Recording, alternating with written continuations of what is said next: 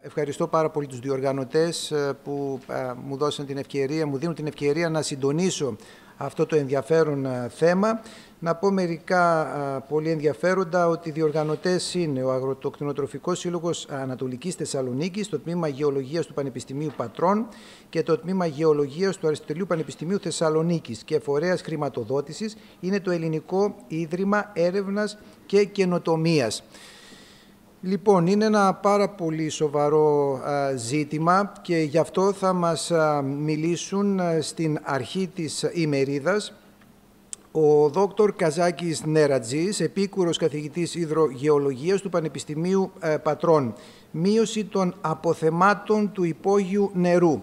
Θα ήθελα να τον καλέσω εδώ στο βήμα τον κύριο Νερατζή και να σας πω ότι από τις σημειώσεις που έχω έτσι γράψει είναι ότι τα τελευταία 40 χρόνια η στάθμη έπεσε κατά 20 μέτρα. Πραγματικά συμβαίνει κάτι τέτοιο? Ναι.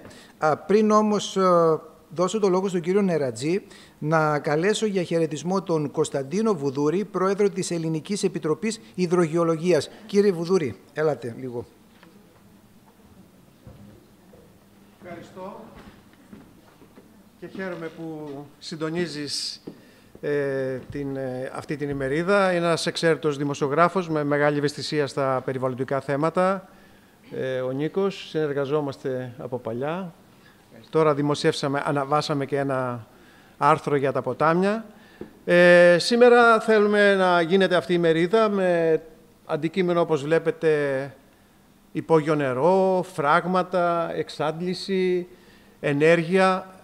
Όπως όλοι έχετε καταλάβει και η περιοχή μας, το υπόγειο νερό παίζει σημαντικό ρόλο για την κάλυψη των αναγκών σε χώρες όπως είναι η Ελλάδα και άλλες μεσογειακές χώρες βέβαια, γιατί δεν έχουμε βροχοπτώσεις το καλοκαίρι. Άρα το νερό πρέπει να καλυφθούν οι ανάγκες για τουρισμό και για τις αρδευτικές ανάγκες, που είναι και το μεγαλύτερο ποσοστό στη χώρα μας, πρέπει να καλυφθεί από το υπόγειο νερό. Άρα το υπόγειο νερό είναι σημαντικό για τη χώρα μας και βρίσκεται σε πιέσεις λόγω εντατικής γεωργίας, λόγω της κλιματικής κρίσης και ούτω καθεξής. Υπάρχουν προβλέψεις ότι υπάρχει κίνδυνος να καταρρεύσουν χώρες που στηρίζονται στη γεωργία λόγω της έλλειψης νερού. Και αυτό το βιώνουμε τώρα τα 2-3 τελευταία χρόνια από την περιοχή μου, από την περήφανη Κορινθία που λέω, κατάγομαι. Έχει τα 2-3 τελευταία χρόνια που έχει ανομβρία, δεν έχει βρέξει, και μάλλον και η φετινή χρονιά μειωμένων βροχοπτώσεων είναι. Υπάρχει πρόβλημα στην παραγωγή, τη γεωργική παραγωγή. Πώς θα το αντιμετωπίσουμε αυτό το θέμα, την εξάντληση αυτού του υπόγειου νερού, μέσω φραγμάτων, μέσω της αποθήκευσης νερού. Δηλαδή αποθηκεύουμε, ταμιεύουμε νερό την περίοδο που δεν το έχουμε μεγάλη ανάγκη, όπως είναι η υγρή περίοδος, η χειμερινή περίοδος, και το χρησιμοποιούμε τα καλοκαίρια. Άρα χρειάζεται να κάνουμε έργα υποδομής, και τέτοια έργα υποδομής είναι τα φράγματα, ταμιευτήρες, λιμνοδεξαμενές και ούτω καθεξής. Τα φράγματα πρέπει να σχεδιαστούν με σεβασμό στο περιβάλλον. Δεν είμαστε υπέρ των μεγάλων φραγμάτων, γιατί δημιουργούν περιβαλλοντικά προβλήματα. Και επίσης πρέπει τα φράγματα να είναι πολλαπλού σκοπού.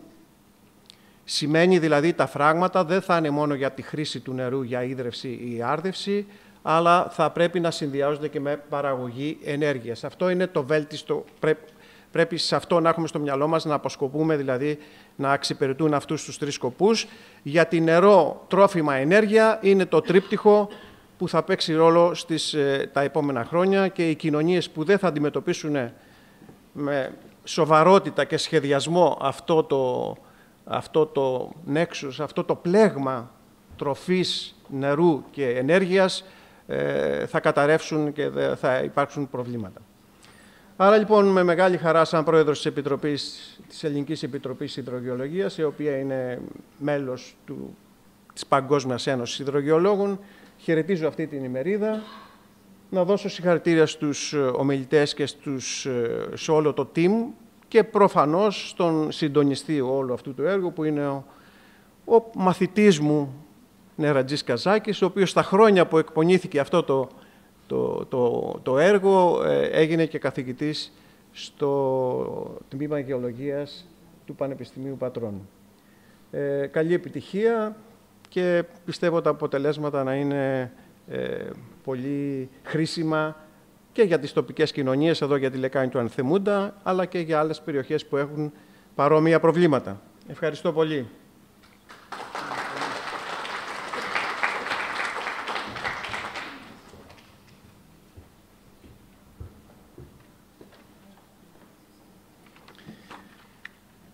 Ευχαριστώ πάρα πολύ, κύριε Βουδούρη, και για τα καλά σας λόγια και για όλα αυτά τα χρόνια που βοηθάτε σημαντικά στην αρθογραφία του greenagenda.gr με τις γνώσεις σας. Λοιπόν, τον επιστημονικό υπεύθυνο του έργου Νερατζή Καζάκη να καλέσω στο βήμα για να μας μιλήσει για τη μείωση των αποθεμάτων του υπόγειου νερού. Κύριε Νερατζή.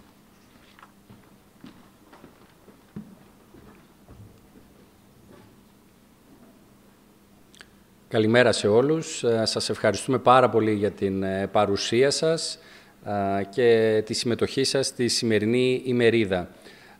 Αυτό το οποίο θα ήθελα να τονίσουμε ξεκινώντας, ότι θα παρουσιάσουμε τα αποτελέσματα ενός ερευνητικού έργου το οποίο χρηματοδοτήθηκε από το ΕΛΙΔΕΚ, το οποίο σαν σκεπτικό αυτού του έργου, σαν βάση αυτού του σκεπτικού, ήταν πέρα από το να μελετήσουμε επιστημονικά ένα σημαντικό φαινόμενο που είναι η μείωση των αποθεμάτων του υπόγειου νερού, να προτείνουμε και κάποιες ρεαλιστικές λύσεις. Η ρεαλιστική λύση την οποία είχαμε στον πυρήνα του μυαλού μας αυτού του έργου ήταν να αξιοποιήσουμε κάποια μικρά φράγματα, και όταν λέμε μικρά εννοούμε μέχρι το ύψος των 20-25 μέτρων, το οποίο αυτό ουσιαστικά είναι και αποδεκτό και από την Ευρωπαϊκή Ένωση και από τις παγκόσμιες οδηγίες. Υφιστάμενα τέτοια φράγματα που δεν αξιοποιούνται, χρησιμοποιούνται ουσιαστικά μόνο για αντιπλημμυρική προστασία, αλλά ο πυρήνας σκέψη ήταν να τα μετατρέψουμε αυτά τα φράγματα σε μικρές μονάδες παραγωγής υδροηλεκτρικής ενέργειας, άρα να συμβάλλουμε στην πράσινη ενέργεια και ταυτόχρονα ποσότητα του νερού μετά την παραγωγή της ενέργειας να την αποθηκεύσουμε υπόγεια, δηλαδή να κάνουμε εφαρμογή τεχνητού εμπλουτισμού και με αυτόν τον τρόπο να ενισχύσουμε τα αποθέματα του υπόγειου νερού, φυσικά εκεί πέρα που υπάρχει πρόβλημα. Γιατί είναι αυτό σημαντικό? Διότι, όπως ανέφερε και ο κύριος Βουδούρης, στη χώρα μας έχουμε άνηση κατανομή των βροχοπτώσεων. Την περίοδο του χειμώνα έχουμε μεγάλο όγκο κατακρημνισμάτων, βροχοπτώσεων ή χιονόπτωσης, ενώ το καλοκαίρι αυτές οι ποσότητες είναι πολύ μικρότερες, ενώ οι ανάγκες πολύ μεγαλύτερες. Συνεπώς, αποθηκεύουμε το νερό στα φράγματα και στη συνέχεια κατευθείαν στο υπόγειο νερό, γιατί με αυτό επιτυχάνουμε και την μείωση των απολειών που έχει ένα φράγμα λόγω της εξάτμισης. Διότι αν αφήνουμε το νερό στα φράγματα στην ελεύθερη επιφάνεια, αυτό ξαναεπανέρχεται στην ατμόσφαιρα. Ενώ το μεγάλο πλεονέκτημα στο υπόγειο νερό είναι ότι ουσιαστικά κατά κάποιο τρόπο φιλτράρεται και το νερό μέσα στο υπέδαφος, οπότε είναι ποιοτικά καλύτερη και έχει πιο σταθερή ποιότητα. Έχουμε φτιάξει και ένα site για το έργο που όλα τα αποτελέσματα είναι ελεύθερα και προσβάσιμα σε όλο το κοινό και σε ερευνητές και από πρωτογενή δεδομένα και οι δημοσιεύσεις που έχουν εκπονηθεί, ενώ και η σημερινή εκδήλωση αλλά και η διαδικτυακή μερίδα που οργανώσαμε ορισμένες μέρες πριν θα είναι ελεύθερα προσβάσιμες, δηλαδή θα τις αναρτήσουμε στο YouTube σε ένα κανάλι στο Open Hydrogeology, το οποίο ουσιαστικά δημιουργήθηκε και για τους σκοπούς του παρόντος έργου. Λίγα λόγια για την ερευνητική ομάδα. Εγώ ήμουν ο συντονιστής της ομάδος. Η κυρία Κική Καλαϊτζίδου, η οποία είναι χημικός μηχανικός δόκτορας. Η κυρία Βουδούρη Καλλιόπη Άρτεμις, η οποία είναι δόκτωρ φυσικής της ατμόσφαιρας. Ο κύριος δόκτωρ Πατσιαλής Θωμάς, ο οποίος είναι τοπογράφος μηχανικός. Η κυρία Μαρία Μαργαρίτα Ντόνα, η οποία είναι υποψήφια διδάκτορας υδρογεωλογίας στην Ιταλία. Και ο κύριος Διαμαντής Καρακατσάνης, υποψήφιος διδάκτορας πολιτικός μηχανικός στην υδραυλική στο Αριστοτέλειο Πανεπιστήμιο Θεσσαλονίκης. Συμμετέχουν σε αυτό το έργο 5 ιδρύματα, 3 από τον ελληνικό χώρο, το Δημοκρίτιο Πανεπιστήμιο Θράκης, το Αριστοτέλειο Πανεπιστήμιο Θεσσαλονίκης, το οποίο φιλοξένησε το ερευνητικό έργο, και το Εθνικό Μετσόβιο Πολυτεχνείο, καθώς επίσης και το Πανεπιστήμιο Λουίτσι Νταβιντέλη στην περιοχή της Καμπάνιας στην Ιταλία, καθώς επίσης και το JRC, το ερευνητικό κέντρο της Κομισιόν, και ένας μικρός ερευνητικός φορέας από το Λίχνεστάιν, ο οποίος εξειδικεύεται στην παραγωγή υδροελεκτρικής ενέργειας. Άρα, αυτό το οποίο είναι σημαντικό να πούμε είναι ότι βλέπουμε ότι υπάρχουν πολλές και διαφορετικές ειδικότητες. Αυτό εγώ θα έλεγα ότι είναι και η μεγάλη πρωτοτυπία αυτού του έργου, ότι αντιμετωπίσαμε ολιστικά αυτό το πρόβλημα, δεν το είδαμε μονοδιάστατα, γιατί αυτό είναι από τα σημαντικά προβλήματα που αντιμετωπίζαμε τα προηγούμενα χρόνια.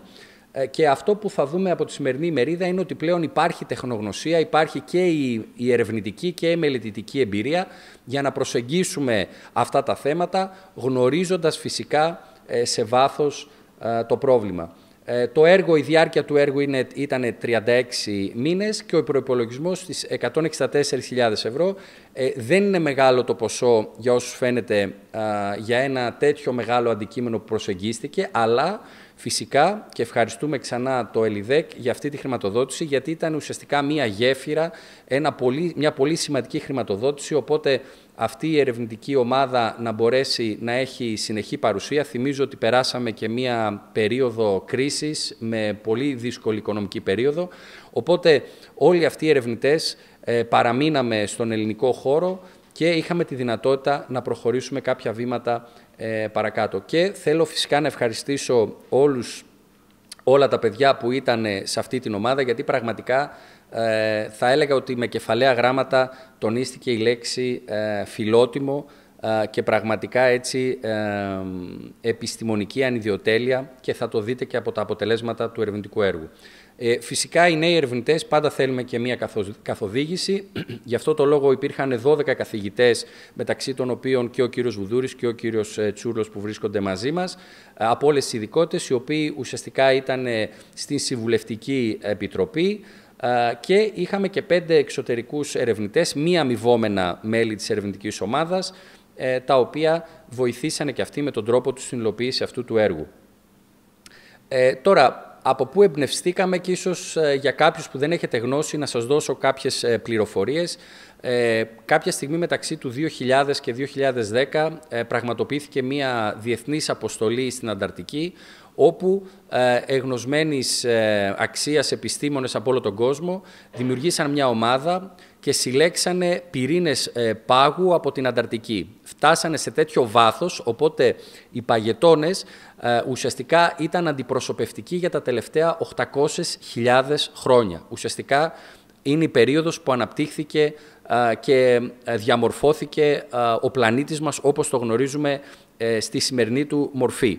Μέσα λοιπόν κατά την απόθεση του χιονιού και τη δημιουργία του πάγου παραμένουν εγκλείσματα αέρα, οπότε τι κάναμε, όχι εμείς αλλά οι επιστήμονες που συμμετείχαν στην αποστολή, πήραν αυτόν τον αέρα και μετρήσαν τη συγκέντρωση του διοξιδίου του άνθρακα και άλλων αερίων που είναι υπεύθυνα για το φαινόμενο του θερμοκηπίου, και φτάσανε και καταλήξανε να έχουμε πραγματικά νούμερα, μετρήσιμα νούμερα, τα τελευταία 800.000 χρόνια πώς μεταβαλόταν η συγκέντρωση του διοξιδίου του άνθρακα στην ατμόσφαιρα.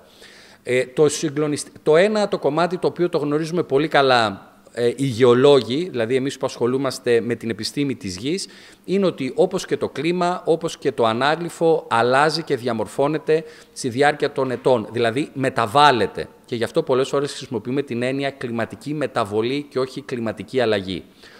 Αυτό όμως το πολύ συγκλονιστικό και ενδιαφέρον, το οποίο και εγώ όταν το διαπίστωσα συγκλονίστηκα, είναι ότι στη σημερινή μας εποχή η συγκέντρωση του διοξιδίου του άνθρακα καθώς και άλλων αερίων υπεύθυνων για το φαινόμενο του θερμοκηπίου είναι 50% επάνω από τη μέγιστη συγκέντρωση που είχαμε διαπιστώσει τα τελευταία 800.000 χρόνια.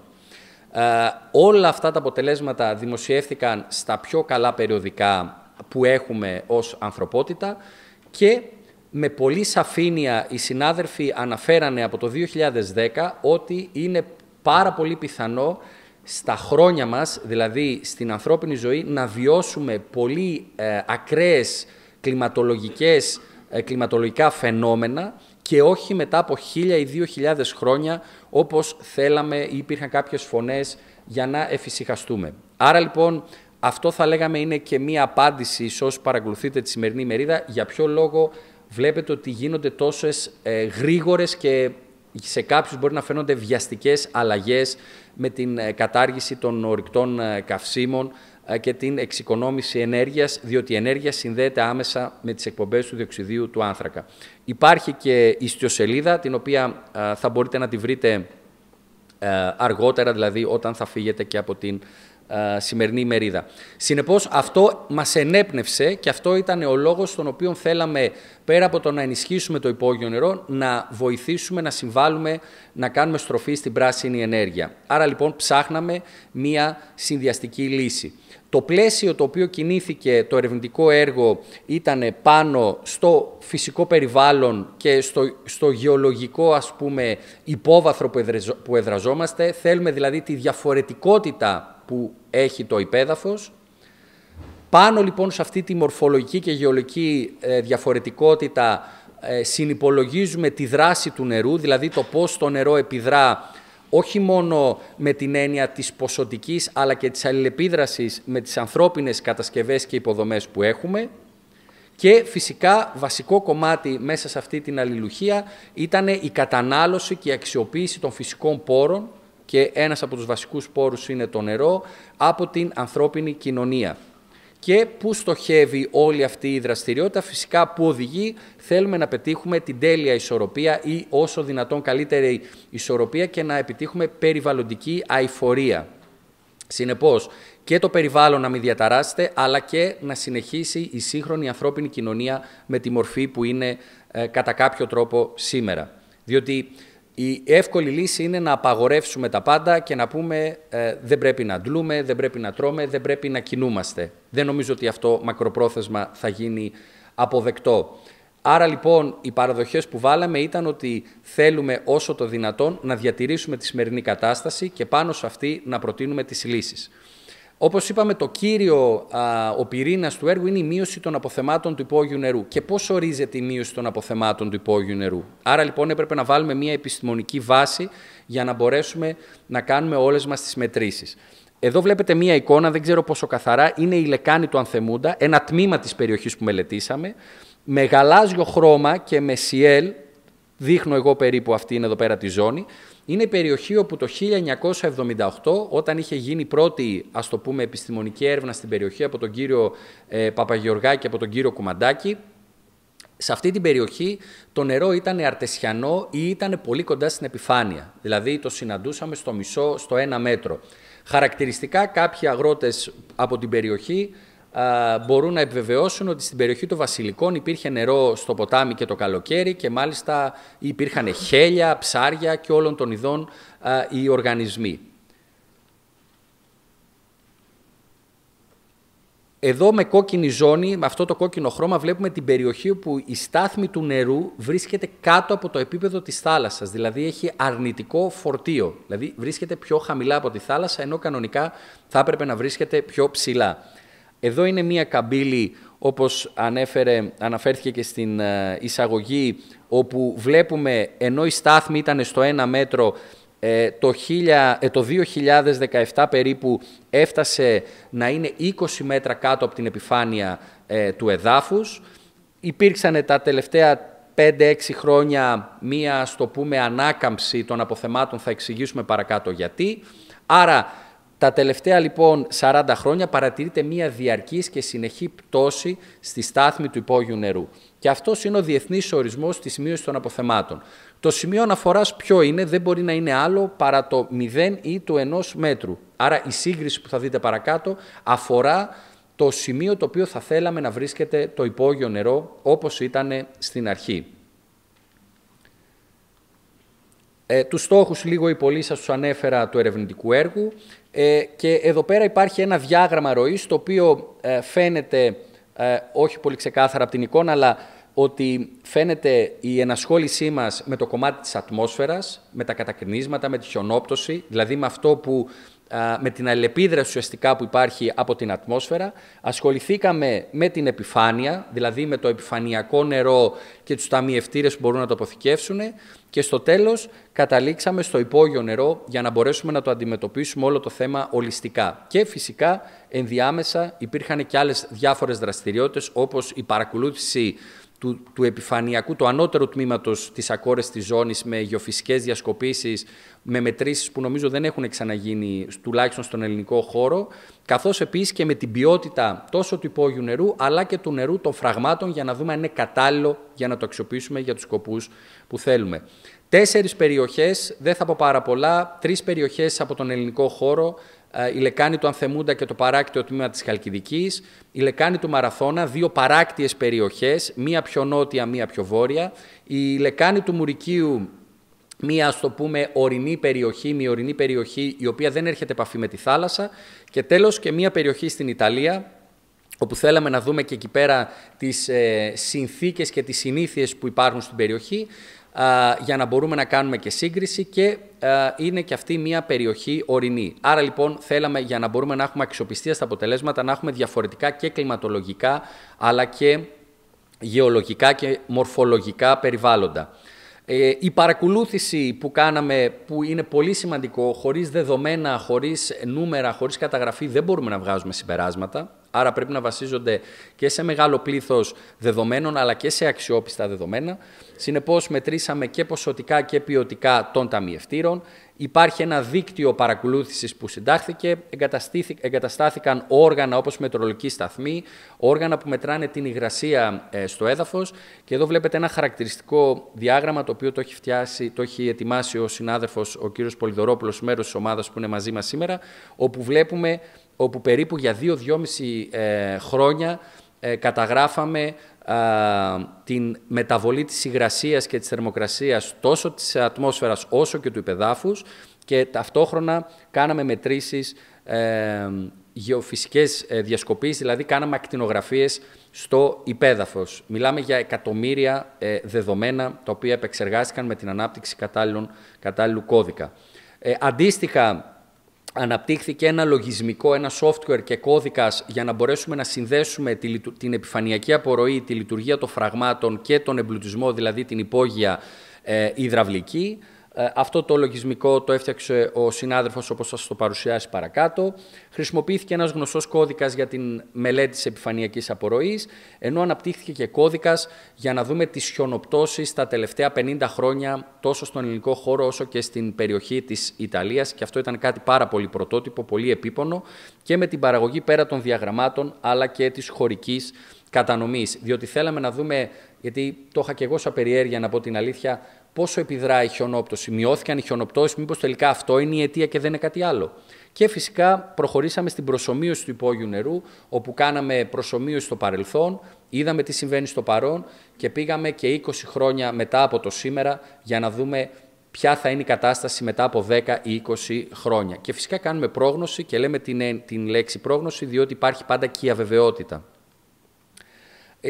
Τα αποτελέσματα ήδη έχουν δημοσιευθεί σε 7 επιστημονικά περιοδικά διεθνή που έχουν γίνει κατόπιν κρίσης.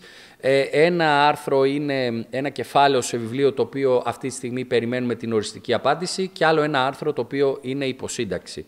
Παράλληλα, η ερευνητική ομάδα συμμετείχε σε 5 διεθνή συνέδρια και δημοσιεύθηκαν 9 άρθρα στα πρακτικά αυτών των συνεδρίων, πάντα όλα σχετικά με το ερευνητικό έργο. Άρα, τα αποτελέσματα, στο πούμε, τα επιστημονικά και επιστημονική μεθοδολογία είναι αποδεκτή κατά κάποιο τρόπο από την επιστημονική κοινότητα. Παράλληλα, ετοιμάσαμε και υλοποιείται ένας τόμος σε ένα περιοδικό, δηλαδή καλέσαμε επιστήμονες από όλο τον κόσμο να καταθέσουν την έρευνα, τα αποτελέσματά τους στο αντικείμενο και από άλλες περιοχές, και αυτό σύντομα κλείνει και είχαμε περίπου 13 άρθρα τα οποία δημοσιεύτηκαν με 20 συνολικά υποβολές.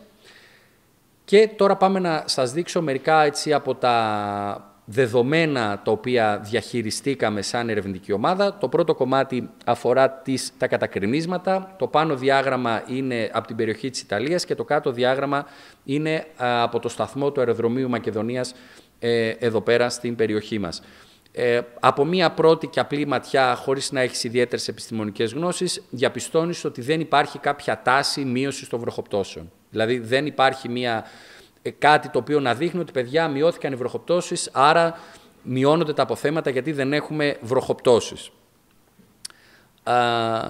Το δεύτερο κομμάτι, κάτι το οποίο συζητιέται, είναι η ένταση των βροχοπτώσεων, δηλαδή όταν πέφτει πολύ νερό σε σύντομο χρονικό διάστημα. Στην περιοχή της Ιταλίας δεν είδαμε κάτι καταγεγραμμένο σε αυτό εδώ πέρα το κομμάτι, κάτι δηλαδή φυσιολογικό στον κύκλο που μελετήσαμε των 50 ετών. Στην περιοχή στη δική μας εδώ πέρα, στην περιοχή της Λεκάνης του Ανθεμούντα, υπάρχει μια αύξηση στην ένταση των βροχοπτώσεων, αλλά όχι κάτι το οποίο να είναι, ας το πούμε, τόσο έξω από τα τελευταία 50 έτη. Αυτό το οποίο όμως ένας δείκτης ξηρασίας τον οποίο χρησιμοποίησαμε, που συμπεριλαμβάνει τόσο και την θερμοκρασία, την εξάτμιση του νερού, τη βροχόπτωση, την ένταση βροχόπτωσης, το διάστημα το οποίο πέφτει, αυτό ίσως μας έδειξε, θα λέγαμε, τα πιο σημαντικά αποτελέσματα. Στην περιοχή της Ιταλίας δεν φαίνεται να υπάρχει κάτι, ας το πούμε, πολύ διαφορετικό μέχρι το 2010, ενώ από το 2010 βλέπουμε και στην περιοχή της Ιταλίας ότι υπάρχει το πάνω διάγραμμα είναι της Θεσσαλονίκης, του αεροδρομίου Μακεδονίας. Από το 2010 και μετά βλέπουμε ότι έχουμε μια έντονη περίοδο ξηρασίας με βάση αυτό το δείκτη. Στη συνέχεια ακολουθεί μια πενταετία η οποία ήταν πιο υγρή και στη συνέχεια υπάρχουν μεταβλητότητες. Αυτό εδώ πέρα αφορά μέχρι το έτος 2020. Εμείς το προεκτείναμε μέχρι το έτος 2040 και βλέπουμε ότι αυτοί οι κύκλοι γίνονται πιο έντονοι. Δηλαδή θα έχουμε περιόδους μεγαλύτερης ξηρασίας ή θα έχουμε περιόδους έντονων βροχοπτώσεων υγρασίας. Από έναν κύκλο δηλαδή ο οποίος ήταν διετίας, τριετίας, αυτό φαίνεται να πηγαίνει στα 5, 6, 7 χρόνια. Και αυτό αποτυπώνεται φυσικά και στο υπόγειο νερό, καθώς βλέπουμε ότι την περίοδο που υπήρχε η ανάκαμψη, θα λέγαμε, του υπόγειου νερού, δηλαδή φάνηκε να υπάρχει μια αύξηση των αποθεμάτων, αυτήν εδώ πέρα την περίοδο ήταν η περίοδος που ήταν η υγρή περίοδος. Βέβαια, αυτό που δείξαμε προηγουμένως, περιμένουμε τα επόμενα χρόνια να έχουμε πιο έντονη ξηρασία, κάτι το οποίο το ζούμε τα τελευταία 2 χρόνια και ευελπιστούμε ότι θα πάρθουν σύντομα αποφάσεις για να μην συνεχίσει αυτή η κατρακύλα των αποθεμάτων του υπόγειου νερού. Όσον αφορά, θα σας τα πει αναλυτικότερα και συνάδελφος παρακάτω, όσον αφορά την μοντελοποίηση του υπόγειου νερού, χρησιμοποιήθηκαν 3 software, 3 λογισμικά τα οποία είναι αποδεκτά, τα 2 είναι ελεύθερα και το ένα είναι εμπορικό λογισμικό. Δεν είδαμε σημαντικές διαφορές μεταξύ των λογισμικών που χρησιμοποίησαμε και στο τέλος βασίσαμε την προσομοίωση την τελική στο Model Muse, στο ένα ελεύθερο λογισμικό, με το σκεπτικό ότι θα μπορούσε να το χρησιμοποιήσει και ένας άλλος ερευνητής γιατί είναι ελεύθερα προσβάσιμο. Εδώ πέρα βλέπουμε τις 4 περιοχές στους υδροφορείς, στους οποίους προσομοιώσαμε, χωρίσαμε δηλαδή την περιοχή σε μικρότερα κουτάκια και με αυτόν τον τρόπο επιλύθηκαν περίπλοκες μαθηματικές εξώσεις και επειδή βλέπω τους μαθητές που μας παρακολουθούν λίγο τρομάζουν με τις περίπλοκες μαθηματικές εξώσεις, δεν θα δώσουμε μεγαλύτερη συνέχεια ή λεπτομέρειες. Ο Διαμαντής ίσως μας πει λίγα πράγματα περισσότερα παρακάτω. Εδώ βλέπουμε τα αποτελέσματα της προσομοίωσης πράσινο, μπλε χρώμα. Αυτό τώρα μπορεί να σας φαίνεται κάτι οικείο. Γι' αυτό θα πάω στην παρακάτω εικόνα, όπου εδώ βλέπουμε στις 3 περιοχές το 2020 τις ζώνες, θα λέγαμε, όπου έχουμε μείωση των αποθεμάτων του υπόγειου νερού. Δηλαδή η στάθμη παρουσιάζει μια διαρκή πτώση και κάτω από αυτό το σημείο αναφοράς το οποίο είχαμε σε κάθε περιοχή. Και σε αυτό το πινακάκι βλέπουμε ότι η έκταση στην λεκάνη του Ανθεμούντα αγγίζει περίπου το 30%, στη λεκάνη του Μαραθώνα το 20%, ενώ στη λεκάνη του Μουρικίου στο 10%. Και φυσικά, επειδή στις παράκτητες περιοχές είναι μεγάλο το πρόβλημα της διείσδυσης του θαλασσινού νερού, δηλαδή όταν η στάθμη του υπόγειου νερού είναι κάτω από την επιφάνεια της θάλασσας, εισέρχεται θαλασσινό νερό, άρα έχουμε υποβάθμιση της ποιότητας, βλέπουμε ότι και οι ζώνες με αρνητική πιοζωμετρία είναι πολύ μεγάλες. Το 2020 ήταν το σημείο αναφοράς. Στην τελευταία μου παρουσίαση θα σας δείξω τις προσομοιώσεις για το 2030, αλλά και το τι προτείνουμε για να αναστρέψουμε αυτό εδώ πέρα το φαινόμενο. Τα συμπεράσματα νομίζω λίγο ή πολύ τα ανέφερα κατά τη διάρκεια της παρουσίασης και για την οικονομία του χρόνου, και αν έχουμε κάποια ερώτηση θα κλείσω την πρώτη εισήγηση εδώ πέρα και θα ήθελα να σε ευχαριστήσω για την προσοχή σας και αν υπάρχει κάποια σύντομη ερώτηση, αλλιώς μπορούμε στο τέλος, θα έχουμε το διάλογο, ναι.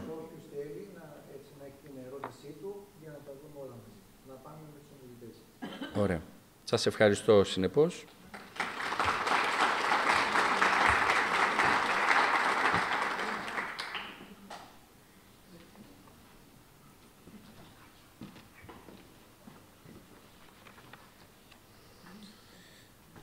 Κύριε Καζάκη, εξαιρετικά ενδιαφέροντα και δημοσιογραφικά. Μας είχατε πολλά στοιχεία, άρα έχουμε ένα ρεπορτάζ να γράψουμε στο site Green Agenda. Συνεχίζουμε λοιπόν με τον δόκτωρ τοπογράφο μηχανικό του Αριστοτελείου Πανεπιστημίου Θεσσαλονίκης, τον Θωμά Πατσιαλή.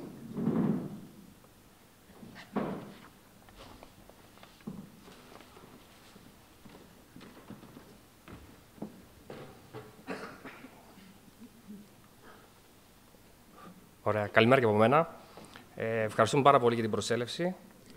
Λέγομαι Θωμάς Πατσιαλής, είμαι τοπογράφος μηχανικός και ήμουν και εγώ μέλος αυτής της ομάδας που διήρκησε 30 μήνες.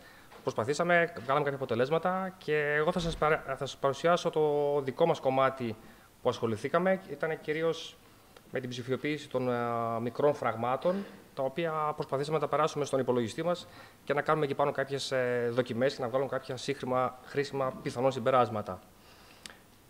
Όσον αφορά τις περιοχές μελέτης, είναι αυτές που αναφερθήκαν και λίγο πριν. Είχαμε σε 3 σημεία στην Ελλάδα και ένα στην Ιταλία, στην οποία πήραμε υφιστάμενα φράγματα, μικρά φράγματα, αρδευτικά, τα οποία δεν υπερβαίνανε τα 20-22 μέτρα σε ύψος και προσπαθήσαμε αυτά να τα ψηφιοποιήσουμε. Εδώ φαίνονται οι περιοχές μελέτης, να τα ψηφιοποιήσουμε, να τα περάσουμε στον υπολογιστή μας από την αρχή, χωρίς βιβλιογραφία, με δική μας προσπάθεια, έτσι ώστε να ξεκινήσουμε με πολύ καλά πρωτογενή εισαγόμενα.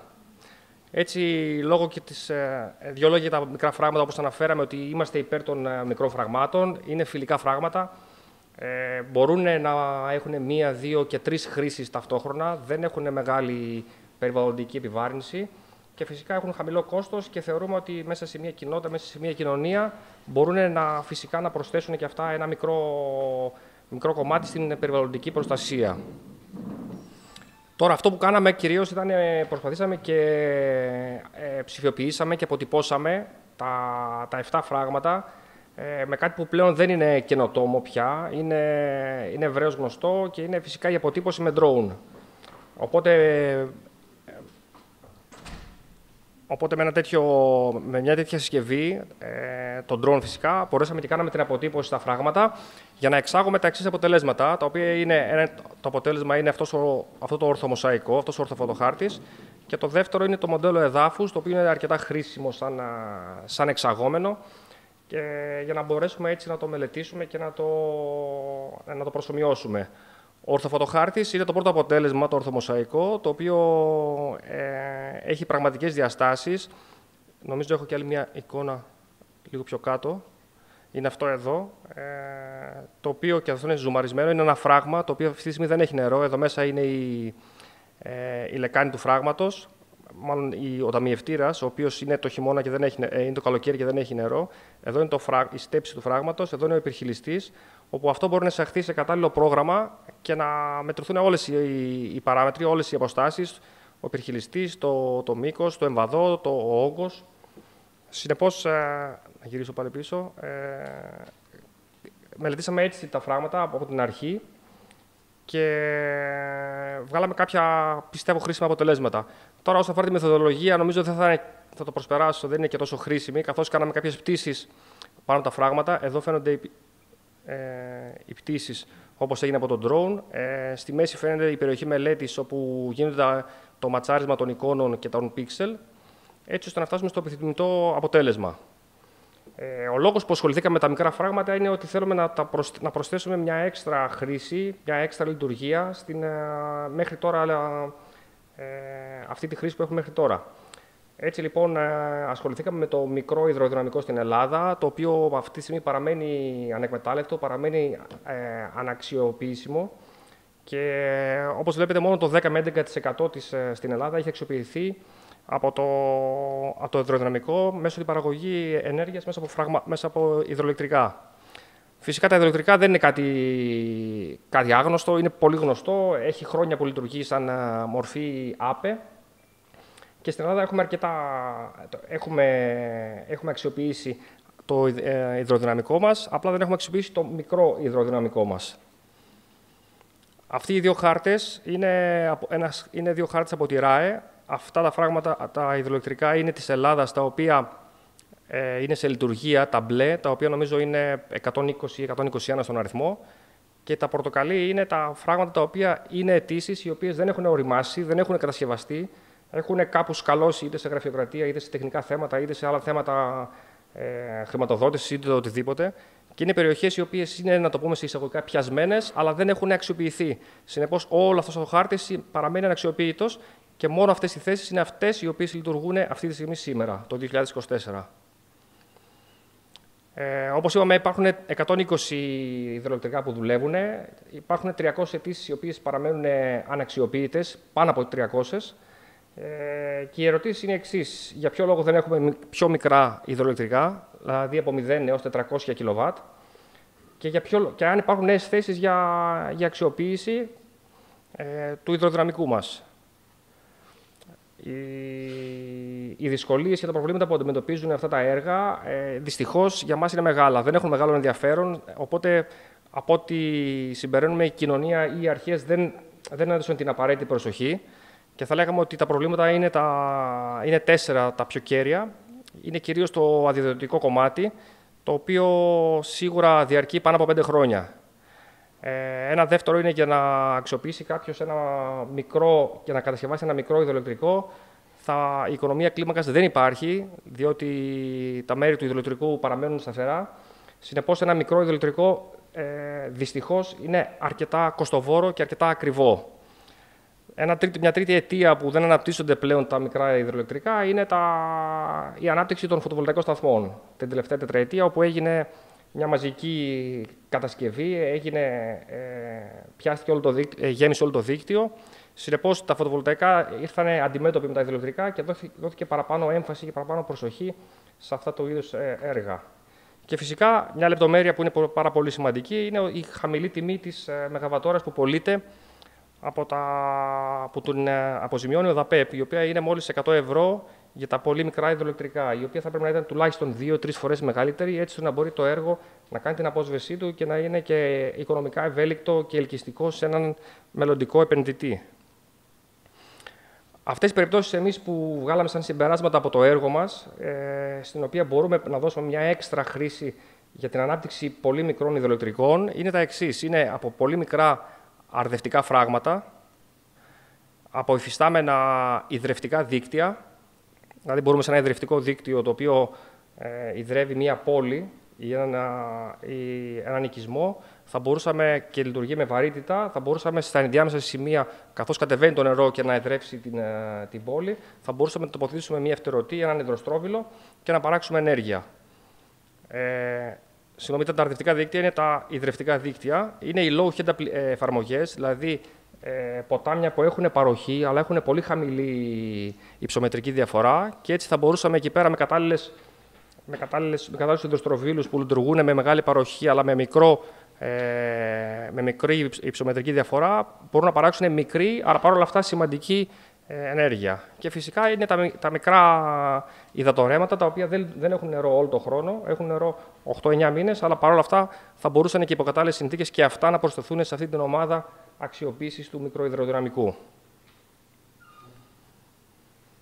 Εδώ είναι 4 φωτογραφίες οι οποίες είναι σαν παραδείγματα της αξιοποίησης υφιστάμενων έργων. Το πάνω αριστερά είναι ένα φράγμα, είναι η τομή του όπου μπορούμε κατάντι να τοποθετήσουμε έναν υδροστρόβιλο και να παράξουμε ενέργεια μόνο και μόνο από τη λειτουργία του φράγματος, χωρίς επιπλέον παρεμβάσεις, χωρίς αγωγούς, χωρίς τίποτα.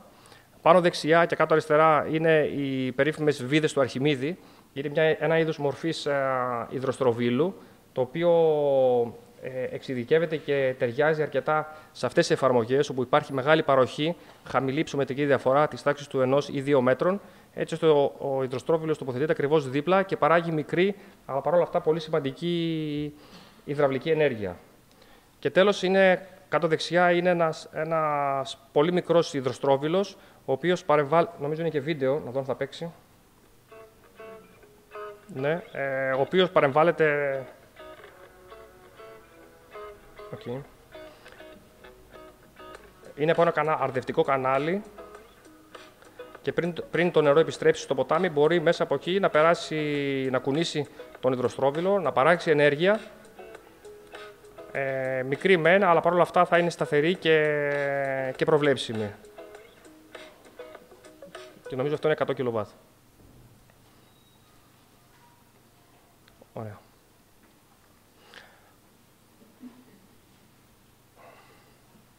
Τώρα, για ποιο λόγο η αξιοποίηση του μικροϊδροδυναμικού στην Ελλάδα είναι πραγματικά χρήσιμη και πολύτιμη. Τα μικρά υδροελεκτρικά, τα πολύ μικρά, είναι οι μόνες ανανεώσιμες πηγές ενέργειας πλέον που μπορούν να συνδεθούν στο δίκτυο του ΔΔΕ ή στο δίκτυο του ΑΔΜΙΕ. Είναι περιπτώσεις οι οποίες ενώνονται κατευθείαν στα ήδη κορεσμένα δίκτυα. Όπως αναφέραμε πριν, τα δίκτυα της Ελλάδος δυστυχώς έχουν κορεστεί, είναι κόκκινα, δεν μπορεί καμία πλέον ανανεώσιμη πηγή ενέργεια να κουμπώσει πάνω και να συνδεθεί στο εθνικό δίκτυο, να συνδεθεί στο grid. Οπότε αυτά του είδους τα έργα, επειδή είναι μικρά, συνδέονται στη χαμηλή τάση απευθείας και μπορούν κατευθείαν να συνδεθούν και να παράξουν ενέργεια. Είναι περιπτώσεις οι οποίες μπορούν να παράξουν ενέργεια 24 ώρες το 24ωρο, όχι μόνο τη μέρα όταν έχει ήλιο, όχι μόνο όταν έχει αέρα, όχι μόνο όταν έχει βροχές. Είναι μικρά και μπορούν να παράγουν όλη την ημέρα και όλες τις ώρες. Η ενέργεια που παράγουν είναι διάσπαρτη στην Ελλάδα, δεν συγκεντρώνεται σε μεγάλα αστικά κέντρα ή σε απομακρυσμένα, μπορεί να είναι οπουδήποτε. Και δεύτερον, το σημαντικότερο είναι προβλέψιμη. Δηλαδή, μπορεί κάποιος να ξέρει ότι το μήνα Μάρτιο, το μήνα Απρίλιο, το μήνα Ιούνιο θα έχει την τάδε παραγόμενη ενέργεια. Συνεπώς, αυτό για το δίκτυο και για τη διαχείριση της ενέργειας στην Ελλάδα είναι αρκετά σημαντικό. Και φυσικά, όπως αναφέραμε, έχει πραγματικά τη μικρότερη περιβαλλοντική επέμβαση, καθότι τα περισσότερα έργα από αυτά που αναφέραμε είναι ήδη έτοιμα, είναι ήδη στημένα και έχουν ήδη 1 ή 2 ή 3 λειτουργίες που εξυπηρετούν. 3 πράγματα θα θέλαμε να αναφέρουμε για να βελτιώσουμε κάπως την κατάσταση στην Ελλάδα μετά από τη δική μας έρευνα. Θα θέλαμε 3 πράγματα, αν βελτιωθούν, θα μπορούσαν αυτά τα έργα πραγματικά να αξιοποιηθούν, πραγματικά να κατασκευαστούν. Και κυρίως είναι το γραφειοκρατικό και αδειοδοτικό κομμάτι. Να γίνει φυσικά πιο απλό, πιο γρήγορο και πιο ευέλικτο. Ένα άλλο που είναι λίγο πιο τεχνικό, θα πρέπει το κράτος να μεριμνήσει και να δώσει μια προτεραιότητα σε αυτά τα έργα όσον αφορά τη σύνδεσή τους στο δίκτυο. Δηλαδή, θα πρέπει να μην μπαίνουν στο ίδιο καζάνι μαζί με τα φωτοβολταϊκά, μαζί με όλα τα υπόλοιπες, τα αιωλικά, να έχουν τη δική τους σειρά, τη δική τους προτεραιότητα, για να μπορεί κάποιος για να γίνει πιο ευέλικτος σε έναν μελλοντικό επενδυτή και φυσικά η τιμή αποζημίωσης της μεγαβατόρας να είναι αρκετά πιο μεγάλη, καθώς τα έργα είναι αρκετά κοστοβόρα. Τα συμπεράσματα από τη δική μας την έρευνα είναι ότι πράγματι είναι χρήσιμη η αξιοποίηση του μικροϊδροδυναμικού. Μπορεί να είναι μικρό, αλλά παρόλα αυτά μπορεί στο σύνολο της Ελλάδος να είναι αποδοτικό. Χρησιμοποιούμε υφιστάμενες υποδομές, χρησιμοποιούμε υφιστάμενα έργα. Έχουμε πολύ μικρό περιβαλλοντικό αποτύπωμα. Και φυσικά αυτό που αναφέρομαι είναι ότι μπορεί να παραχθεί ενέργεια η οποία είναι πραγματικά ποιοτική και μπορεί να συνδεθεί ομαλά και να βοηθήσει το δίκτυο και γενικότερα την Ελλάδα στην διαχείριση και αξιοποίηση της ενέργειας. Ευχαριστώ πάρα πολύ και για τον χρόνο και για την προσοχή.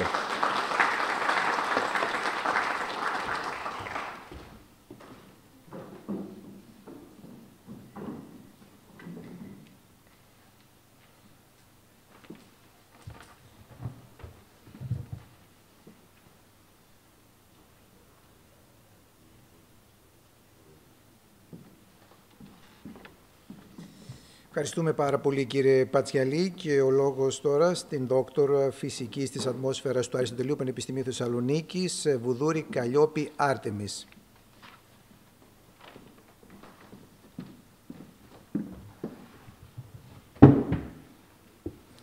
Καλησπέρα σας.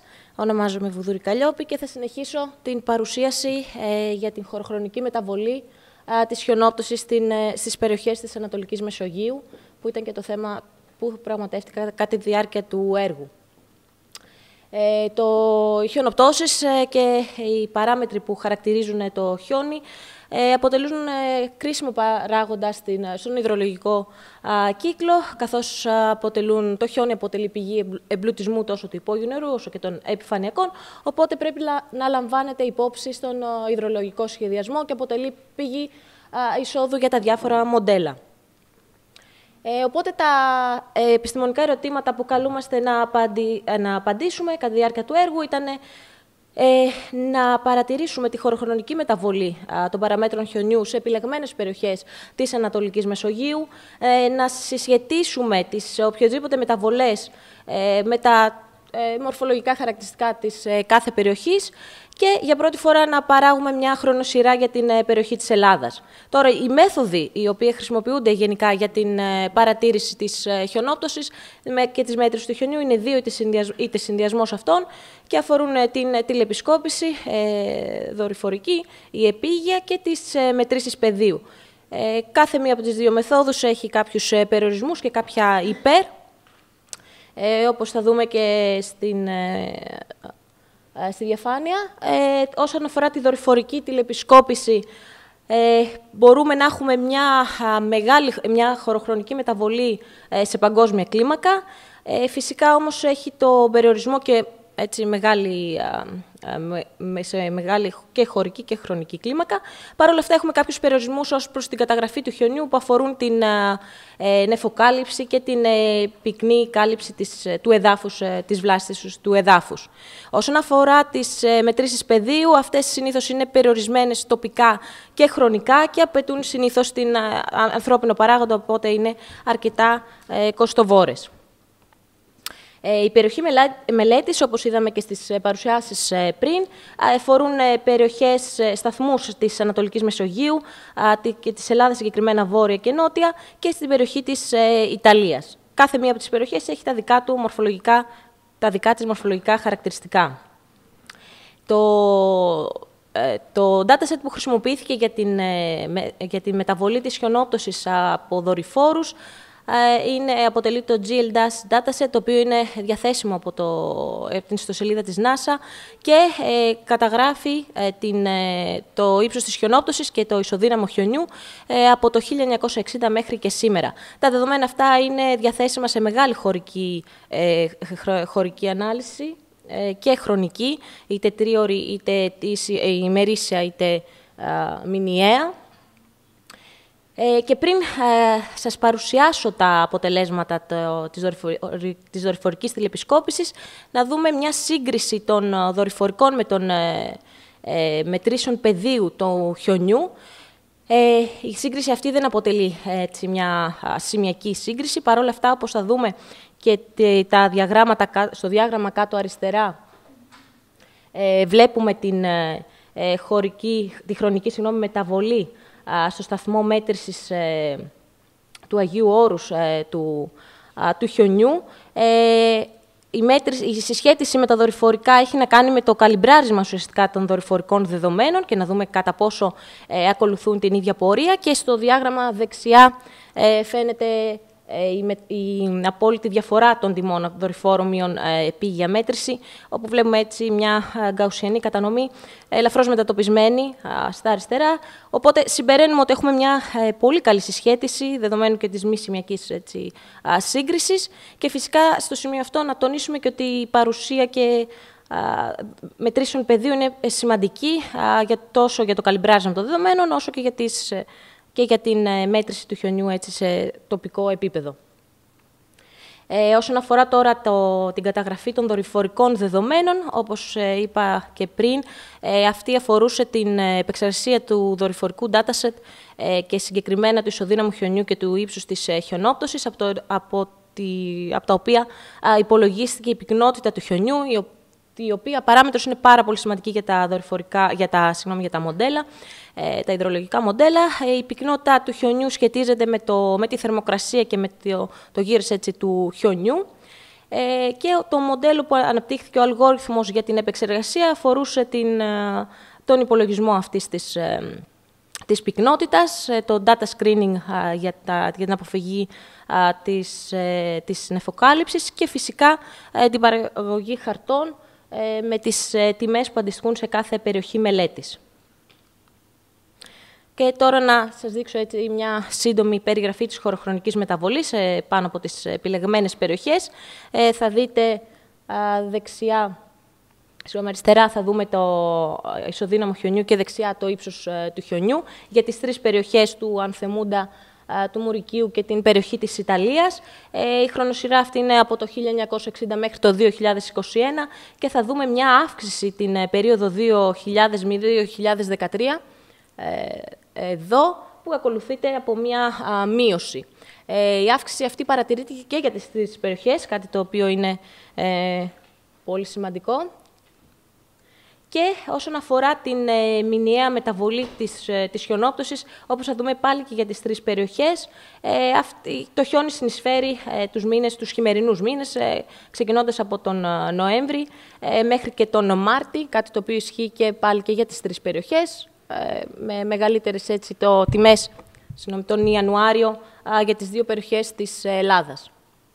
Τώρα, ένας συγκεντρωτικός πίνακας για τις παραμέτρους που ανέφερα πριν για τις τρεις περιοχές, όπου θα δούμε η πυκνότητα χιονιού όπως υπολογίστηκε για την κάθε περιοχή στην Ελλάδα και για την Ιταλία. Θα δούμε ότι έχουμε μια μέση τιμή που κυμαίνεται από τα 206 μέχρι τα 224 κιλά ανά κυβικό μέτρο και συσχετίζεται έτσι με τη μορφολογία. Είδαμε στον Ανθεμούντα και στην Ιταλία έχουμε ίδια μορφολογικά χαρακτηριστικά των περιοχών και στο κάτω διάγραμμα που έδειξε και ο κύριος Καζάκης συσχετίζεται, δεν φαίνεται πολύ καλά, συσχετίζεται το ύψος του υπόγειου νερού, το υπόγειο νερό με την χιονόπτωση, την παρατηρούμενη χιονόπτωση και θα δούμε ότι την δεκαετία 2000 με 2013, παραπάνω χρόνια, έχουμε μια αύξηση, εδώ είμαστε, έχουμε μια αύξηση του νερού που συνδέεται και με την αυξημένη, μάλλον η αυξημένη χιονόπτωση τα χρόνια 2000 με 2013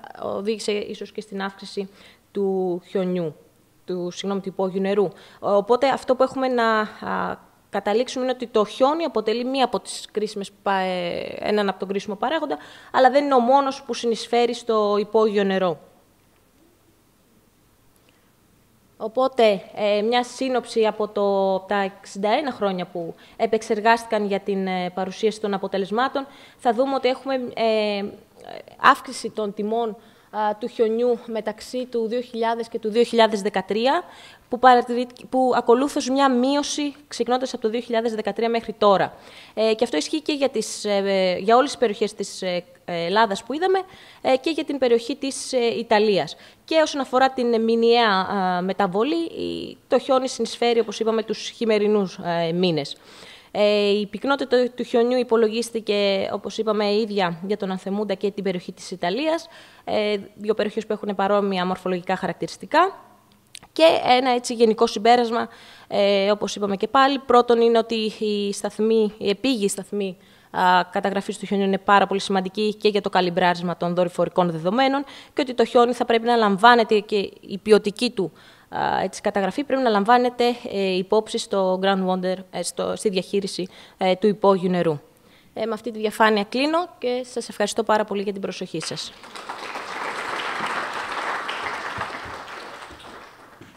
Ευχαριστούμε πάρα πολύ. Λοιπόν, ευχαριστήσω λίγο στο σημείο αυτό και τα παιδιά, τους μαθητές του Δευτέρου Γενικού Λυκείου Θέρμης, που είναι εδώ κοντά μας. Λοιπόν, πολύ ενδιαφέρον και ενδιαφέρουσα η ομιλία και της κυρίας Βουδούρη για τη χωροχρονική διακύμανση της χιονόπτωσης, που τα τελευταία χρόνια, κυρία Βουδούρη, φαίνεται ότι δεν έχουμε την απαιτούμενη χιονόπτωση και αυτό είναι πάρα πολύ άσχημο. Λοιπόν, η Ντόνα Μαρία Μαργαρίτα, υποψήφια διδάκτορ υδρογεωλογίας, κύριε Ναρατζή, δεν μπόρεσε να είναι κοντά μας λόγω ασθενείας.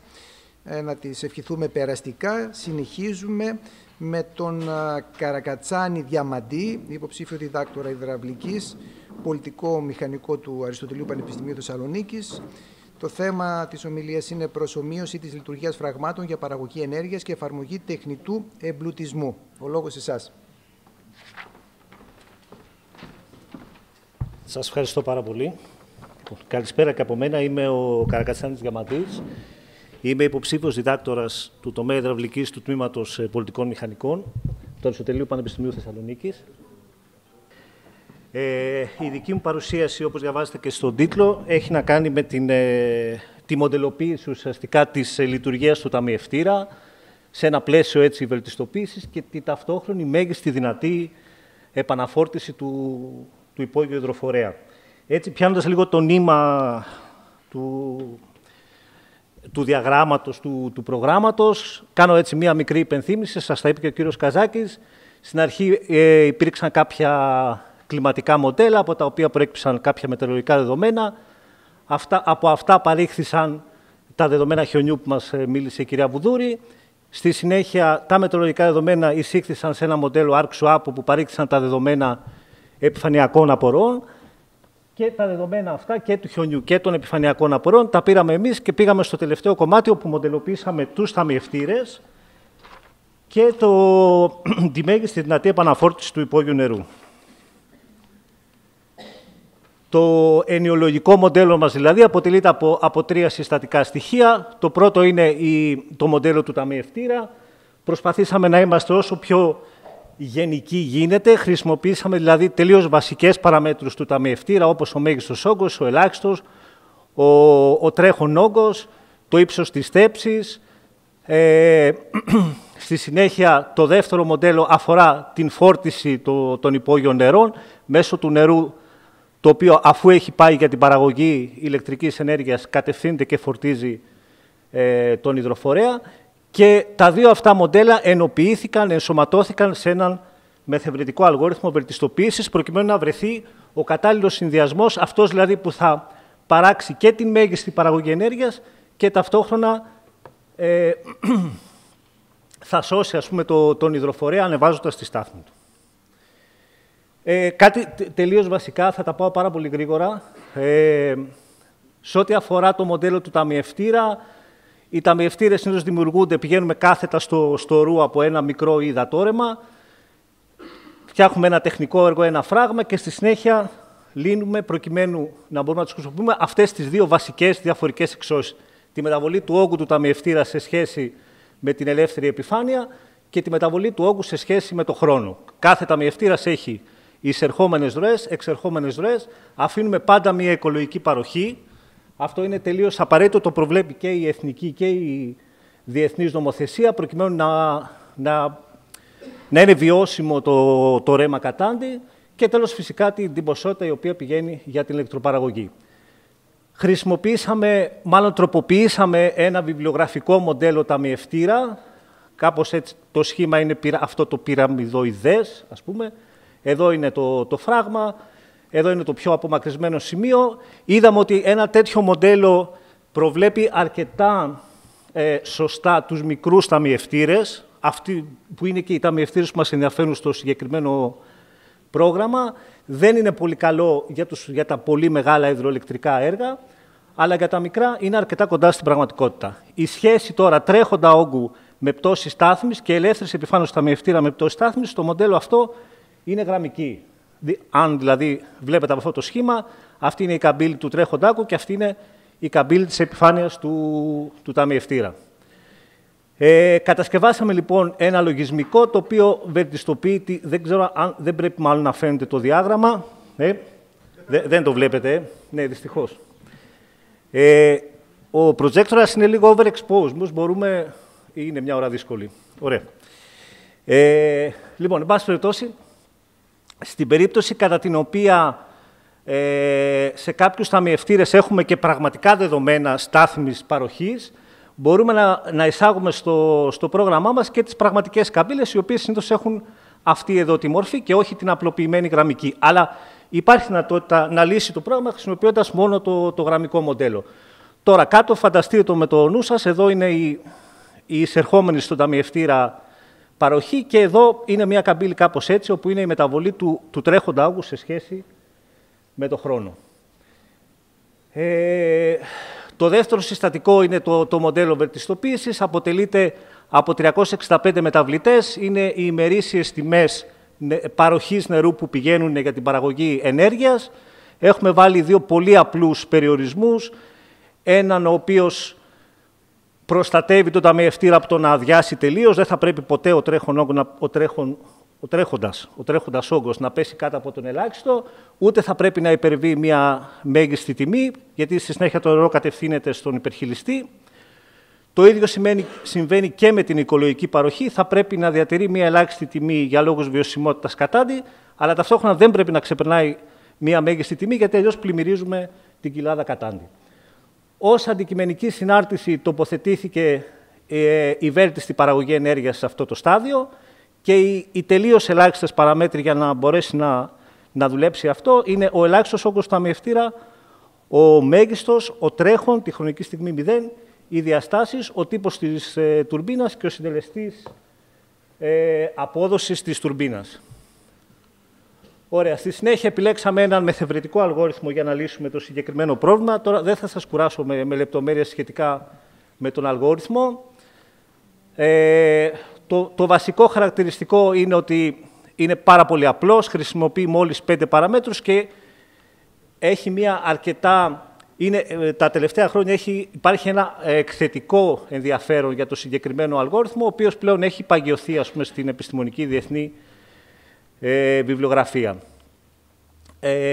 Πέραν της επίλυσης του αλγορίθμου, μία ξεχωριστή ερευνητική δουλειά ήταν η σωστή ρύθμιση των παραμέτρων του αλγορίθμου, η οποία πραγματοποιήθηκε με τη χρήση machine learning και συγκεκριμένα ενός κώδικα clustering του K-means, όπου βρήκαμε τις κατάλληλες παραμέτρους προκειμένου ο αλγόριθμος να έχει τα βέλτιστα δυνατά αποτελέσματα. Και στο τέλος χρησιμοποίησαμε αυτή την πολύ μικρή πλακέτα για να παράξουμε τυχαίους αριθμούς που είναι απαραίτητοι για την ορθή λειτουργία του αλγορίθμου, προκειμένου να υπάρχει η καλύτερη δυνατή εκτέλεσή του.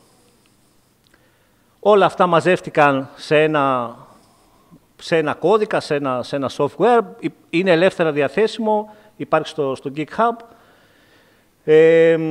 Εδώ κανονικά πρέπει να βλέπετε την φόρμα του προγράμματος, εδώ είναι οι διαστάσεις του ταμιευτήρα, οι όγκοι μάλλον, συγγνώμη, του ταμιευτήρα, εδώ είναι οι γραμμικές διαστάσεις και εδώ είναι οι παράμετροι της μεθόδου. Σηκώνουμε ένα αρχείο με τις ημερήσιες παροχές για 365 ημέρες και το πρόγραμμα μας γυρίζει υπό μορφή διαγράμματος την εισερχόμενη καταρχάς παροχή, αυτή που έχουμε βάλει, την μέγιστη δυνατή αναχρονική στιγμή, αναμέρα δηλαδή παραγωγή ηλεκτρικής ενέργειας, τον τρέχοντα όγκο του ταμιευτήρα και την οικολογική παροχή, η οποία και αυτή είναι κειμενόμενη. Τώρα, αυτή εδώ η δουλειά εφαρμόστηκε στις 4 περιοχές της μελέτης. Τώρα, κανονικά, εδώ έπρεπε να βλέπετε τα αποτελέσματα. Εν πάση περιπτώσει, αυτοί είναι οι 5 ταμιευτήρες από εδώ, από την περιοχή που βρισκόμαστε, που χρησιμοποιήθηκαν και τα αντίστοιχα διαγράμματα ηλεκτροπαραγωγή εισερχόμενης ημερήσιας, μέση εισερχόμενη ετήσια παροχή, συγγνώμη, και από κάτω η αντίστοιχη παραγωγή ενέργειας. Εδώ για την περιοχή του Μουρικίου, πάλι το ίδιο. Για την περιοχή του Μαραθώνα, όπου εδώ είχαμε ένα φράγμα, και στο Μουρική, συγγνώμη, ξέχασα να το πω πριν, είχαμε ένα φράγμα και εδώ είχαμε ένα. Δεν είναι το κλασικό φράγμα το ιδρευτικό της Αττικής αυτό, είναι ένα αντιπλημμυρικό φράγμα που έχει γίνει. Το κλασικό βρίσκεται πιο βόρεια. Και ένα φράγμα στην περιοχή της Καμπανίας. Τώρα, συνοψίζοντας έτσι την ικανότητα ηλεκτροπαραγωγής, αφού έχει φυσικά βελτιστοποιηθεί η όλη διαδικασία, το κόκκινο διάγραμμα αφορά την παραγωγή στην περιοχή της Καμπανίας, όπου έχουμε περίπου γύρω στις 1.600 μεγαβατόρες ανά έτος. Αυτό φυσικά είναι και ένα πραγματικό υδροελεκτρικό φράγμα, ενώ τα υπόλοιπα είναι εν δυνάμει. Επίσης, για την περιοχή σημαντική είναι και η παραγωγή για το ένα από τα φράγματα εδώ της περιοχής. Μπορεί να φτάσει περίπου γύρω στις 400, αν θυμάμαι καλά, μεγαβατόρες ανά ημέρα. Φυσικά υπάρχουν φράγματα κυρίως αυτό και αυτό, τα οποία έχουν σχετικά πάρα πολύ μικρή ημερήσια παροχή. Αυτό δεν είναι κάτι που πρέπει να μας προβληματίζει ιδιαίτερα, καθώς αθροιστικά μπορούν να συνεισφέρουν και αυτά έτσι σε έναν πιο οικολογικό, σε έναν πιο βιώσιμο τρόπο παραγωγής ενέργειας. Είναι πολύ λογικό ότι τα μικρά υδροελεκτρικά φράγματα θα παράγουν και οι μικροί ταμιευτήρες θα παράγουν πολύ λιγότερη ενέργεια, αλλά θα πρέπει να αντιμετωπίζουμε το πρόβλημα αθροιστικά, σκεφτόμενοι και τη δυνατότητα να γίνουν και παραπάνω ταμιευτήρες. Δηλαδή, αν αυξήσουμε τους ταμιευτήρες από 4 που χρησιμοποίησαμε εδώ σε 10, τότε τα αποτελέσματα αλλάζουν. Μία εφαρμογή που έγινε επίσης του κώδικα σε ένα υφιστάμενο μικρό υδροελεκτρικό στην περιοχή της Πιερίας, στην Αγία Μαρίνα, έτσι ένα υδατόρεμα σχετικά σταθερής παροχής, γύρω στα 80 λίτρα το σεκόν, περίπου αυτή είναι η μέση τιμή. Και από εδώ λοιπόν βρήκαμε ότι μπορεί να παράγεται περίπου 1,5 μεγαβατόρα την ημέρα από ρεύμα. Εντάξει, δεν είναι κάτι που μπορεί να σώσει μια κατάσταση, αν το δούμε μεμονωμένα, αλλά επαναλαμβάνω, είναι μια διαδικασία που αν τη δούμε αθροιστικά, αν μαζευτούν για παράδειγμα 20 ή 100 τέτοια φράγματα, ναι, τότε μπορεί να αλλάξει το σκηνικό. Και πάμε στο τελευταίο κομμάτι του υπόγειου μοντέλου, το μοντέλο δηλαδή του τεχνητού εμπλουτισμού. Εδώ είναι έτσι μια επανάληψη της διαδικασίας. Ξεκινήσαμε από τα μετεωρολογικά δεδομένα, από τα μοντέλα του χιονιού, πήγαμε στο μοντέλο του ταμιευτήρα, εδώ βελτιστοποιήσαμε την παραγωγή ενέργειας και ουσιαστικά βρισκόμαστε εδώ, όπου προσθέτουμε μια επιπλέον συνάρτηση αυτή την πτώση στάθμης, προσπαθώντας να ανακτήσουμε το νερό που έχει χαθεί. Ένα λεπτό, δώστε μου. Αυτός είναι ο κώδικας για το αντίστοιχο μοντέλο, ο οποίος παράγει επίσης κάποια διαγράμματα στάθμης. Εδώ βλέπουμε πώς μέσα σε 20 χρόνια εδώ γίνεται η εξάντληση του υδροφορέα και εδώ επανέρχεται στην αρχική του στάθμη μετά από μια περίοδο φόρτισης από τα προηγούμενα φράγματα. Και τέλος κάναμε ένα υπολογιστικό πείραμα και με αυτό κλείνω. Πήγαμε στην περιοχή του Ανθεμούντα, εδώ που βρισκόμαστε, τοποθετήσαμε αρχικά ένα πηγάδι και στη συνέχεια υποθέσαμε, είναι τελείως υποθετικό το σενάριο, ότι κάθε έτος κάποιος γείτονας δημιουργεί ένα ίδιο ακριβώς πηγάδι. Οπότε μέσα σε 10 χρόνια έχουμε 10 πηγάδια. Είναι σχεδόν εντυπωσιακή η πτώση στάθμης του υδροφορέα, η οποία αν συνεχιστεί ο ρυθμός εξάντλησης προφανώς παγιοποιείται, είναι περίπου γύρω στα 4 μέτρα, τώρα δεν το βλέπετε ακριβώς. Πιο εντυπωσιακή όμως είναι η κάτω καμπύλη, όπου είναι το κόστος άντλησης για τον έναν, το οποίο περίπου έχει τριπλασιαστεί χοντρικά. Το οποίο σημαίνει ότι όσο αντλούμε και εξαντλούμε τους υδροφορείς, μπαίνουμε σε ένα φαύλο κύκλο, όπου και αντλούμε και εξαντλούμε τον υδροφορέα που έχει τα 1000 μύρια αρνητικά αποτελέσματα και ταυτόχρονα πληρώνουμε ακόμα περισσότερο για να αντλήσουμε τις παροχές που θέλουμε. Κάποιες επιπλέον καμπύλες από κόστη. Και τα συμπεράσματα λίγο πολύ έτσι τα ανέφερα. Το πρώτο είναι ότι ενδιαφερόμαστε για μικρούς ταμιευτήρες. Σημαντικό για την ηλεκτροπαραγωγή, το είπε και ο κύριος Πατσιαλής, είναι το ύψος πτώσης. Μπορούμε επίσης, καλό είναι αν ξεκινήσει μαζικά η παραγωγή μικρών υδροελεκτρικών φραγμάτων, να υπάρξει και μία διαδικασία βελτιστοποίησης των παροχών, να μην εφαρμόζονται εμπειρικοί κανόνες. Η ηλεκτροπαραγωγή από μικρούς ταμιευτήρες, ναι μεν είναι σχετικά ασήμαντη, αλλά μπορεί να έχει κάποιο ανταποδοτικό όφελος. Για παράδειγμα, να μπορούν να δουλέψουν με αυτήν 10 αντλίες, για παράδειγμα. Και τέλος αυτό που σας είπα τελευταίο, ότι η πτώση στάθμης από την υπεράντληση είναι ένας φαύλος κύκλος, ο οποίος όσο εξαντλείται το υπόγειο νερό, τόσο αυξάνει το κόστος της άντλησης. Αυτά από μένα, ελπίζω να ήμουν στο χρόνο, τα πήγα λίγο στο fast forward. Αυτά, σας ευχαριστώ πολύ.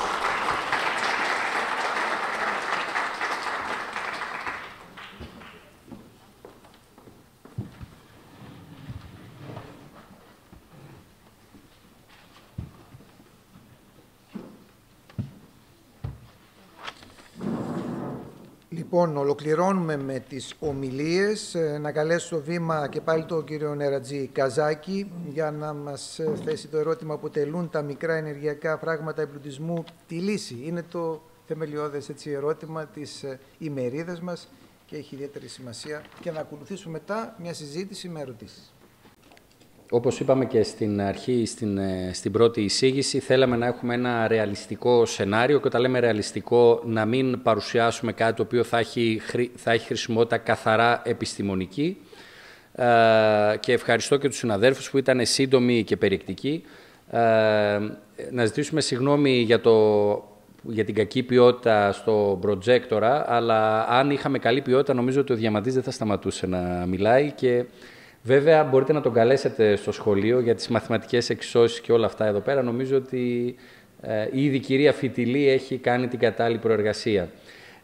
Τώρα, στην τελευταία παρουσίαση, είμαστε στο τελευταίο κομμάτι. Να δούμε λοιπόν αν θέσουμε σε λειτουργία αυτά τα φράγματα, τα οποία αυτή τη στιγμή, αυτά τα υφιστάμενα φράγματα αξιοποιούνται μόνο για αντιπλημμυρική προστασία. Δηλαδή, ο λόγος που φτιάχτηκαν δεν είναι, ας το πούμε, δεν είναι άχρηστα, δεν στέκονται εκεί πέρα χωρίς λόγο.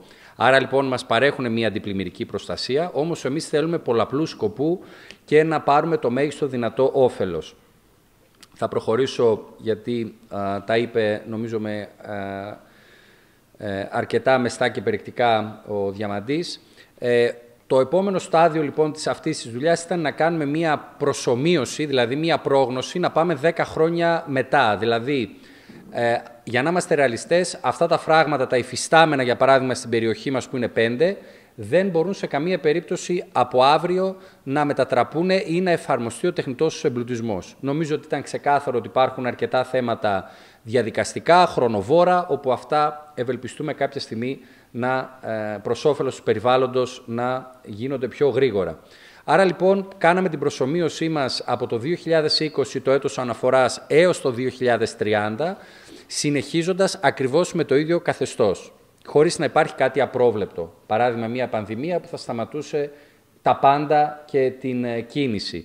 Άρα λοιπόν τα επόμενα 10 χρόνια συνεχίζουμε ως έχει. Το αποτέλεσμα φαντάζει δυσίωνο. Και σκεφτείτε ότι δεν πήραμε το πιο δυσμενές κλιματικό σενάριο, αλλά φαίνεται ότι περίπου η επίπτωση και το πρόβλημα περίπου θα διπλασιαστεί, για να μην πούμε τώρα με νούμερα τα οποία πολλές φορές τρομάζουν, και στις 3 περιοχές. Αυτό που δεν ανέφερα προηγουμένως είναι ότι στην περιοχή της Ιταλίας δεν παρατηρήθηκε ότι υπάρχει μείωση των αποθεμάτων, δηλαδή αυτό το μόνιμο καθεστώς. Ο λόγος δεν είναι ότι δεν υπεραντλούν οι Ιταλοί, ότι έχουν καλύτερο θεσμικό πλαίσιο.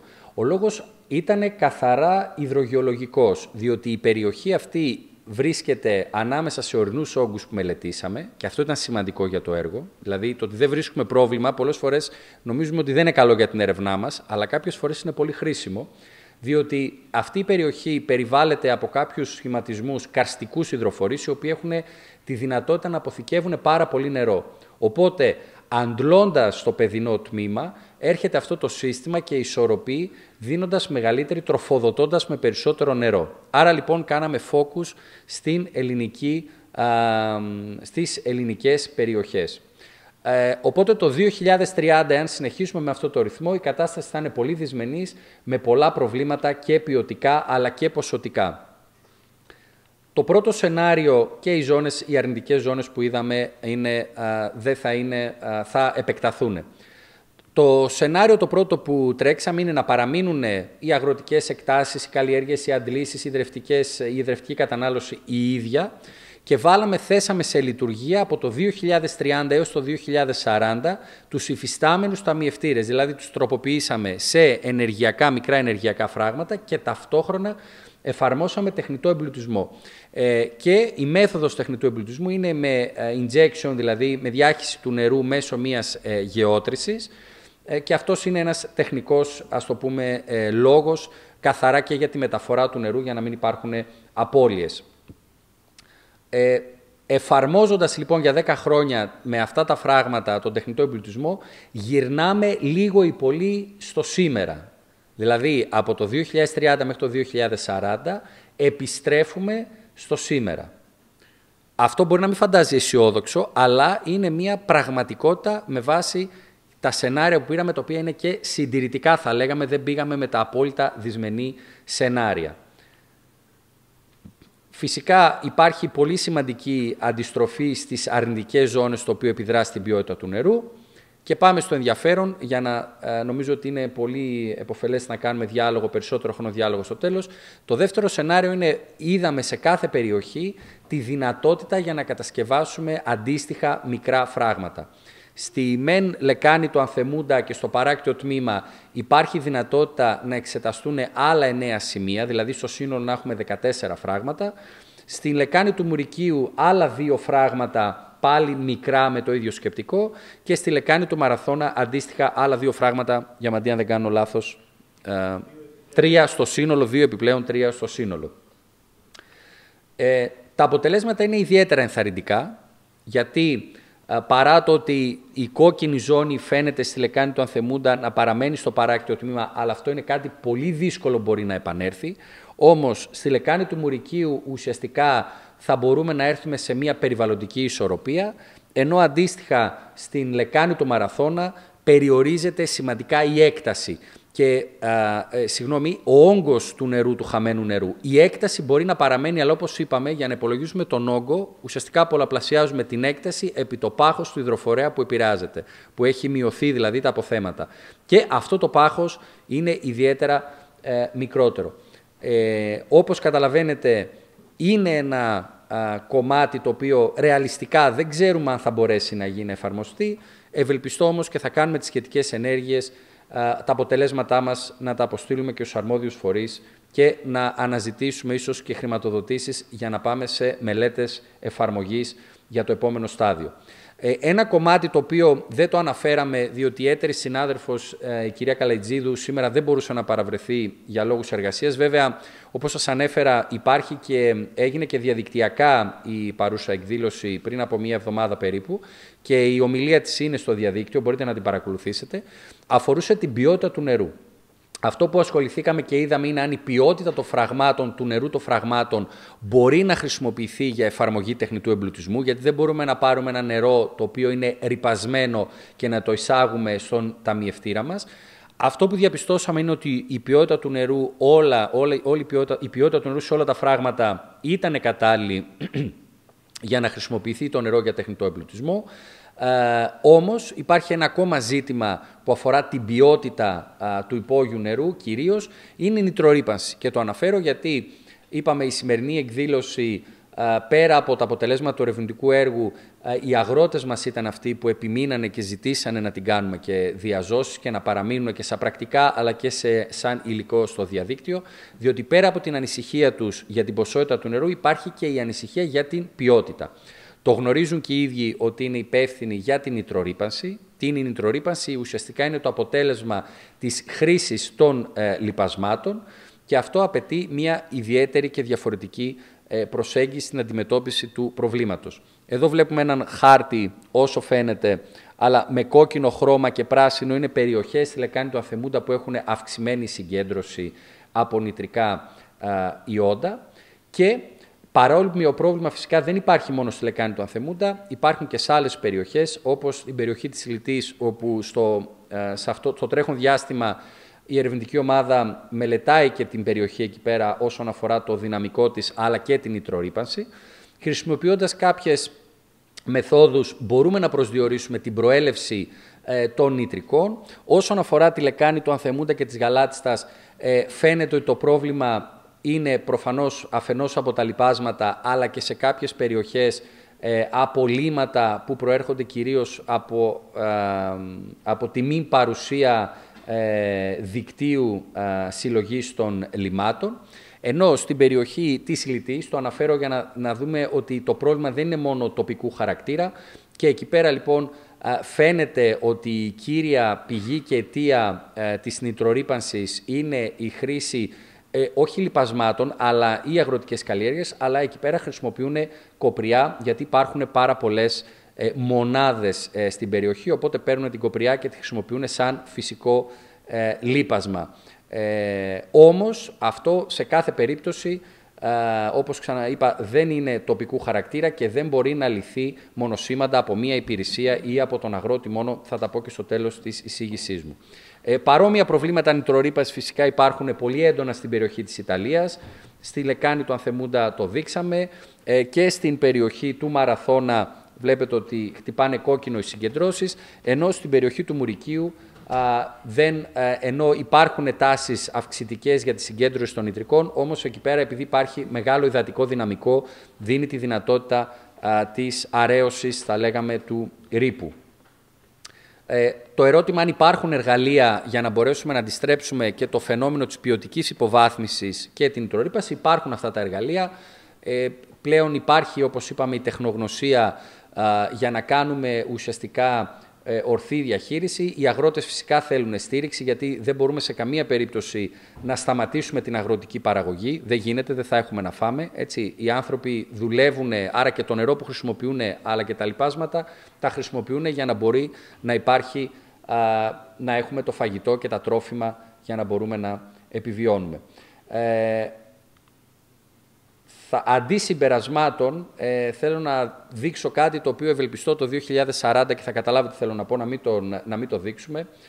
Το 1978 στην περιοχή, ο κύριος Παπαγεωργάκης και ο κύριος Κουμαντάκης, ο κύριος Κουμαντάκης ήταν καθηγητής υδρογεωλογίας στο Εθνικό Μετσόβιο Πολυτεχνείο, κάνανε την πρώτη έρευνα στην περιοχή όταν δεν υπήρχε το πρόβλημα, όταν δεν υπήρχε μείωση των αποθεμάτων και όπως βλέπετε ήδη επειδή φαινόταν η τάση για αυτή την κακή διαχείριση, γιατί αυτό είναι το κύριο συμπέρασμα, κάνουμε κακή διαχείριση του υπόγειου νερού και αφενός γιατί δεν κάνουμε παρακολούθηση συστηματική, έτσι, και αυτό το οποίο, τα αποτελέσματα που βλέπετε είναι από μια χρηματοδότηση που την πήρε κάποια ερευνητικά Ινστιτούτα, πανεπιστήμια και κάποιοι ερευνητές που είχαν αυτό το μεράκι. Η συστηματική, η παρακολούθηση, η μηνιαία παρακολούθηση των αποθεμάτων δεν πραγματοποιείται και είναι κάτι το οποίο θα πρέπει να γίνει.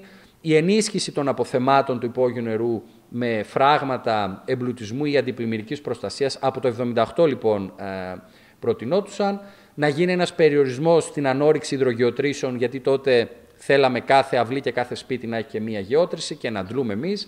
Είδαμε τα αποτελέσματα, νομίζω με πολύ σαφήνεια και ποσοτικοποιημένα τα παρουσίασε και ο Διαμαντής, πώς τριπλασιάζουμε το κόστος άντλησης. Αντίστοιχα, το 2014, ο κύριος Βουδούρης είχε ένα ερευνητικό έργο στο Δήμο Θερμαϊκού, παράλληλα και εγώ εκπονούσα τη διδακτορική μου διατριβή. Τα συμπεράσματα που βγήκαν από τον κύριο Βουδούρη το 2014 λίγο ή πολύ ήταν τα ίδια, δηλαδή ότι πρέπει να περιορίσουμε το ρυθμό αντλήσεων, πρέπει να κάνουμε μικρά φράγματα, να κάνουμε τεχνητό εμπλουτισμό, διότι το φαινόμενο θα είναι μη αναστρέψιμο, διότι όλα αυτά υπήρχαν κάποια δεδομένα και ισχυρές ενδείξεις. Και τώρα ερχόμαστε στο 2014, ο κύριος Κουμαντάκης ήταν και καθηγητής του κύριου Βουδούρη, οπότε βλέπετε πηγαίνει από καθηγητή σε μαθητή, από μαθητή σε καθηγητή και πάει λέγοντας, όπου και εμείς λίγο ή πολύ αυτό προτείνουμε στο σημερινό έργο. Βέβαια το προσεγγίζουμε ολιστικά, το προσεγγίζουμε με έναν τρόπο αναδεικνύοντας και τα εργαλεία τα οποία αναπτύχθηκαν όλα αυτά τα χρόνια, δουλεύοντας λοιπόν, άρα και το Πανεπιστήμιο δουλεύει, και με όλα αυτά τα εργαλεία αποδεικνύουμε και δείχνουμε ότι υπάρχουν τρόποι για να διατηρήσουμε και την αγροτική παραγωγή και την περιβαλλοντική αειφορία. Όμως, εδώ θα πρέπει να το τονίσουμε αυτό εδώ πέρα, ότι θα πρέπει τους αγρότες να μπορέσουμε να τους βοηθήσουμε. Και όταν λέω εμείς, εννοούμε το κράτος, η κοινωνία, τα Ινστιτούτα, και αυτή η δράση που κάνουμε σε αυτό το πλαίσιο είναι διότι δεν μπορεί ο αγρότης να είναι και υδρογεολόγος, δεν μπορεί να είναι και οικονομολόγος, δεν μπορεί να ξέρει τα πάντα. Δεν γίνεται αυτό εδώ πέρα και πρέπει να στηριχθεί. Πώς? Όλη αυτή λοιπόν η δουλειά, η επιμόρφωση, όλες αυτές οι μελέτες, προγράμματα για την εξοικονόμηση νερού, να αποφύγουμε την αλόγιστη χρήση λιπασμάτων, γιατί και αυτό λαμβάνει η χώρα. Άρα σε περιοχές που αντλούμε νερό για να το έχουμε πόσιμο, δεν μπορούμε εκεί πέρα να καλλιεργήσουμε καλλιέργειες οι οποίες είναι απαιτητικές και σε νερό αλλά και σε λιπάσματα. Και εύχομαι λοιπόν και εγώ με τη σειρά μου το 2040, κύριε Βουδούρη, να είμαστε καλά, να μην λέμε πάλι τα ίδια και να το μεταθέσουμε το πρόβλημα το 2050, διότι νομίζω ότι δεν θα υπάρξει επιστροφή. Και να κλείσω με κάτι που θέλω να συμπληρώσω τον συνάδελφο το Θωμά τον Μπατσιαλή, όσον αφορά το κομμάτι των μικρών υδροηλεκτρικών. Αυτό που ανέφερε είναι ότι δεν είναι συμφέρουσα επένδυση. Δηλαδή, τι σημαίνει αυτό? Δεν συμφέρει κάποιος να βάλει τα δικά του χρήματα, να επενδύσει και να τα βγάλει, να κάνει απόσβεση στο έργο. Αυτό πρακτικά τι σημαίνει? Σημαίνει ότι πρέπει εμείς σαν κοινωνία να επενδύσουμε σε αυτά τα μικρά έργα, γιατί αφορά το περιβάλλον. Και το περιβάλλον δεν υπάρχει κοστολόγηση, δεν υπάρχει απόσβεση. Μετά από 30 χρόνια τα νέα παιδιά, η επόμενη γενιά να έχει ενέργεια, να έχει ρεύμα, να έχει περιβαλλοντική αειφορία, αυτό δεν ζυγίζεται με κανένα οικονομικό νούμερο. Τι σημαίνει αυτό το πράγμα? Ότι αυτά τα έργα λοιπόν θα πρέπει να γίνουν αυτά τα έργα, προφανώς με πρωτοβουλίες του κράτους, και όλα αυτά να μην έχουν την έννοια της απόσβεσης σε 5, 10, 15 χρόνια, αλλά να είναι στρατηγικά έργα για τα επόμενα 100, 200 και 300 χρόνια, οπότε να μπορέσουμε να επιφέρουμε την περιβαλλοντική ισορροπία και αειφορία. Θα ήθελα να σε ευχαριστήσω για ακόμα μία φορά όλους που βρεθήκατε σήμερα εδώ κοντά μαζί μας, την ερευνητική ομάδα, τους παρόντες και μη παρόντες, πραγματικά για το ζήλο που δείξανε.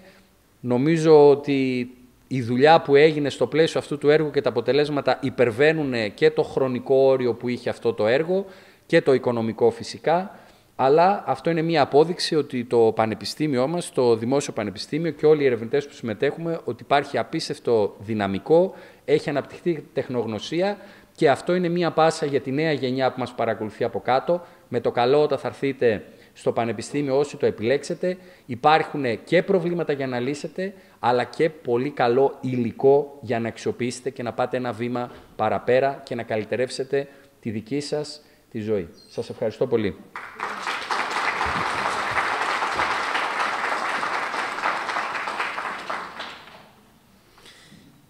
Λοιπόν, να μου επιτραπεί να πω ότι είμαι πραγματικά ικανοποιημένος με όλα αυτά που άκουσα. Θα θέλαμε και θα θέλατε και εσείς σίγουρα να υπάρχουν και άνθρωποι της κεντρικής διοίκησης, της τοπικής αυτοδιοίκησης, γιατί σήμερα υπόθηκαν πάρα πολύ σημαντικά πράγματα μέσα από αυτό το έργο, κύριε Νερατζή, και αυτό το καταθέτω λόγω της δικής μου ανασχόλησης εδώ και μια 20ετία περίπου με τα θέματα του περιβάλλοντος.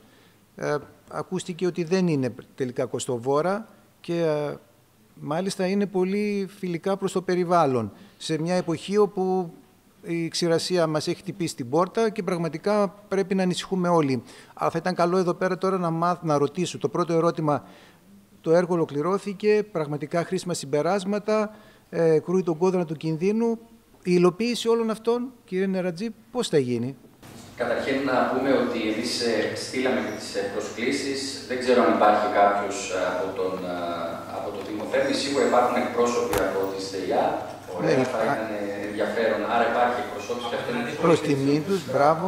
Ναι, από τη Θέρμη, από τη ΔΕΙΑ του Ωρεοκάστρου. Υπάρχει από τη ΔΕΙΑ Ωρεοκάστρου, υπάρχει από την Αποκεντρωμένη, υπάρχει εκπροσώπηση και από ανθρώπους από το Ελληνικό Κοινοβούλιο μέσω συνεργατών. Οπότε υπάρχουν κάποιοι άνθρωποι που πιστεύω ότι θα μεταφέρουν όλα αυτά τα αποτελέσματα και τη γνώση. Και εμείς είμαστε φυσικά διαθέσιμοι και, και ίσως και να επαναλάβουμε, όπως είπαμε, μέχρι το καλοκαίρι θα κάνουμε πάλι μια εκδήλωση, βέβαια με επίκεντρο την περιοχή της Ηλιθής, οπότε ίσως εκεί θα πρέπει να το διοργανώσουμε στο Πανεπιστήμιο για να καλύψουμε και όλα τα, ας πούμε, να είναι όλα και η παρουσιάση και όλα αυτά να είναι σε πιο καλό. Το χρονοδιάγραμμα υλοποίηση αυτών των έργων, δηλαδή ο χρόνος πιέζει πλέον. Αυτό που μπορούμε να πούμε είναι ότι θα λέγαμε ότι τα αποτελέσματα αυτού του έργου είναι κατά κάποιο τρόπο σαν μια προμελέτη για αυτές τις περιοχές. Είναι δηλαδή το πρώτο στάδιο και το πρώτο βήμα. Το επόμενο βήμα είναι να γίνουν πιο μελέτες εφαρμογής, έτσι, και αυτό το πράγμα θα πρέπει προφανώς να δοθεί μια χρηματοδότηση. Αυτή τη στιγμή, επειδή αυτά τα έργα είναι και αντιπλημμυρικής προστασίας, υπάρχουν χρηματοδοτικά εργαλεία και από την περιφέρεια. Υπάρχει με το γεγονός που έγινε στη Θεσσαλία φέτος, έχουν ανοίξει, θα λέγαμε, πολύ κωδική για χρηματοδότηση. Οπότε και εδώ πέρα από την περιοχή και από το Δήμο Θέρμης και από τους όμορους δήμους και με το Δήμο Πηλαίας Χωρκιάτης υπάρχει μια συνεργασία και εκεί πέρα υπάρχει ένα ερευνητικό έργο. Βέβαια, εκεί πέρα έχουν το πρόβλημα ότι έχουν πολύ νερό και θέλουν να το διώξουν, γιατί πλημμυρίζουν τα υπόγεια. Έχουμε το αντίστροφο πρόβλημα. Οπότε θα πρέπει λοιπόν να δοθεί, να γίνει η κατεύθυνση και να ζητήσουν αυτά τα χρήματα Για ποιο σκοπό? Να γίνουν είτε καινούργια τέτοια μικρά φράγματα και τα υφιστάμενα να μετατραπούν σε μικρές μονάδες παραγωγής υδροηλεκτρικής ενέργειας και να εφαρμοστεί και τεχνητός εμπλουτισμός. Φυσικά και το Ελληνικό Κοινοβούλιο θα πρέπει ουσιαστικά τις αδειοδοτικές διαδικασίες όσον αφορά τον τεχνητό εμπλουτισμό να τις διευκολύνει. Υπάρχουν πλέον όριμες μελέτες, υπάρχουν, θα λέγαμε, πολλές εισηγήσεις διαχρονικά και από καθηγητές αλλά και από μελετητές ότι κατά κάποιο τρόπο είναι μονόδρομος. Και δεν είναι μόνο το νερό από τα φράγματα, υπάρχει κι άλλο νερό το οποίο μπορεί να αξιοποιηθεί για τεχνητό εμπλουτισμό, όπως το νερό από τους βιολογικούς που επεξεργάζεται. Μπορούμε να συλλέξουμε το νερό από τις οροφές μας και τις ταράτσες μας και αυτό να χρησιμοποιηθεί. Υπάρχει ποσότητα νερού η οποία δυστυχώς μένει αναξιοποιητή. Το νερό υπάρχει, ρέει στη θάλασσα, αλλά είναι αναξιοποιητό στην πορεία. Άρα λοιπόν χρειάζεται πρωτοβουλία. Μην περιμένουμε μόνο από την κεντρική κυβέρνηση. Ξεκινάει αυτό από το τοπικό επίπεδο, από τους δήμους, από τους αγρότες, οι οποίοι δραστηριοποιήθηκαν και βλέπουμε ότι, εγώ θα έλεγα τώρα, επειδή είναι και της εποχής και να τους ευχαριστήσω για ακόμα μία φορά, ότι οι κινητοποιήσεις που κάνουν βλέπετε ότι είναι και παραγωγικές. Αυτοί μας κινητοποίησαν για να κάνουμε και τη σημερινή εκδήλωση. Θα θέλαμε βέβαια περισσότερους αγρότες. Θα τη δούνε διαδικτυακά. Ωραία. Ελπίζουμε. Ερωτήσεις, έχετε κάποια ερώτηση από τους παρισταμένους? Θα ρωτήσω, ναι. Βλέπουμε διάφορα site, διάφορα άρθρα περιοδικά, διαφορετικά σενάρια, ξηρασία, υγιή κτλ. Να είναι εντελώς ξηρή. Και υπάρχουν και οι φράσεις ότι ο τρίτος παγκόσμιος πόλεμος θα γίνει για το νερό, παραδείγματος χάρη. Κατά πόσο αυτές οι φράσεις, αυτές οι απόψεις πιστεύετε ότι μπορούν να στηριχθούν κατά κάποιο τρόπο? Εγώ αυτό που θα ευχηθώ είναι να μην επαληθευτούν τέτοια καταστροφολογικά σενάρια, αλλά να σας πω ότι σήμερα το πρωί, πριν έρθω εδώ πέρα στην Μερίδα, ένας συνάδελφος ανέβασε ένα άρθρο για το ρεύμα του κόλπου, του Ατλαντικού, που γνωρίζετε ότι είναι ένας βασικός ρυθμιστής του κλίματος, όπου και εκεί πέρα υπάρχουν τελευταίες μελέτες που δείχνουν ότι μπορεί να υπάρξει ένα απότομο και ένα ακραίο συμβάν. Και αυτό φοβόμαστε όλοι, ότι εκεί λοιπόν που το πράγμα πηγαίνει γραμμικά, να μην γίνει εκθετικά. Δηλαδή, περάσαμε το κόκκινο σημείο, δηλαδή αυτή τη στιγμή πηγαίνουμε στα χαρτογράφητα νερά. Αυτή είναι η πραγματικότητα. Και αυτό φαίνεται από μετρήσεις, όχι από εικασίες. Δεν μπορούμε να το αποκλείσουμε, αλλά, δηλαδή από τη μία να μην πούμε ότι αποκλείεται και φυσικαστούμε, αλλά από την άλλη δεν θα πρέπει ουσιαστικά να μην αγχωθούμε και να πούμε χανόμαστε και όχι προλάβουμε, αλλά με μεθοδικότητα, με ηρεμία, να γίνουν οι ενέργειες και οι δράσεις με τον σωστό τρόπο και με τη σωστή σειρά. Παρακαλώ. Καταρχάς, να σας ευχαριστήσουμε για την πολύ ωραία παρουσίαση, πάρα πολύ ενδιαφέρουσα και πάρα πολύ στοχευμένη. Εγώ θέλω να ρωτήσω το εξής. Εμάς τα βασιλικά, γιατί εγώ τα βασιλικά είμαι, μας απασχολεί πάρα πολύ το θέμα της διαχείρισης των εντατικών πόρων διαχρονικά. Έχω την εντύπωση και σε αυτά που παρουσιάσατε πριν ότι υπάρχει και μια μελέτη της Ανατολικής στη δεκαετία του 90, η οποία παρουσίαζε πρώτη φορά το πώς διαχειριζόμαστε το υπόγειο του χώρου ορίζοντα, ποιες γεωτρήσεις υπάρχουν, ποιες είναι νόμιμες, ποιες δεν είναι δηλωμένες κτλ. Σε όλη αυτή τη διαδικασία προβληματισμού όλων των χρόνων αυτών, έχουμε πολλές φορές σκεφτεί και την πιθανότητα της διαχείρισης των υδάτων με ακόμα μικρότερης κλίμακας φραγμάτων. Αυτό τώρα ήταν μια επιλογή στρατηγική από εσάς, με την έννοια από στρατηγική. Μια επιλογή η οποία έγινε με το σκεπτικό ότι αυτά τα πράγματα που παρουσιάζεται, το μέγεθός τους μπορούν να έχουν και ενεργειακή απόδοση, αλλά και να συμμετέχουν στη διαδικασία εμπλουτισμού, ή θεωρείται de facto ότι εμπλουτίζουν καλύτερα από ότι ένα μεγαλύτερο σύστημα πολύ μικρότερων φραγμάτων. Εκείνο ξέρω ότι δεν θα έχει ενεργειακή απόδοση, αλλά νομίζω ότι στη διαδικασία εμπλουτισμού του υπόγειου υδροφόρου ορίζοντα μπορεί να ήταν μια εξίσου ενδιαφέρουσα και οικολογική προσέγγιση.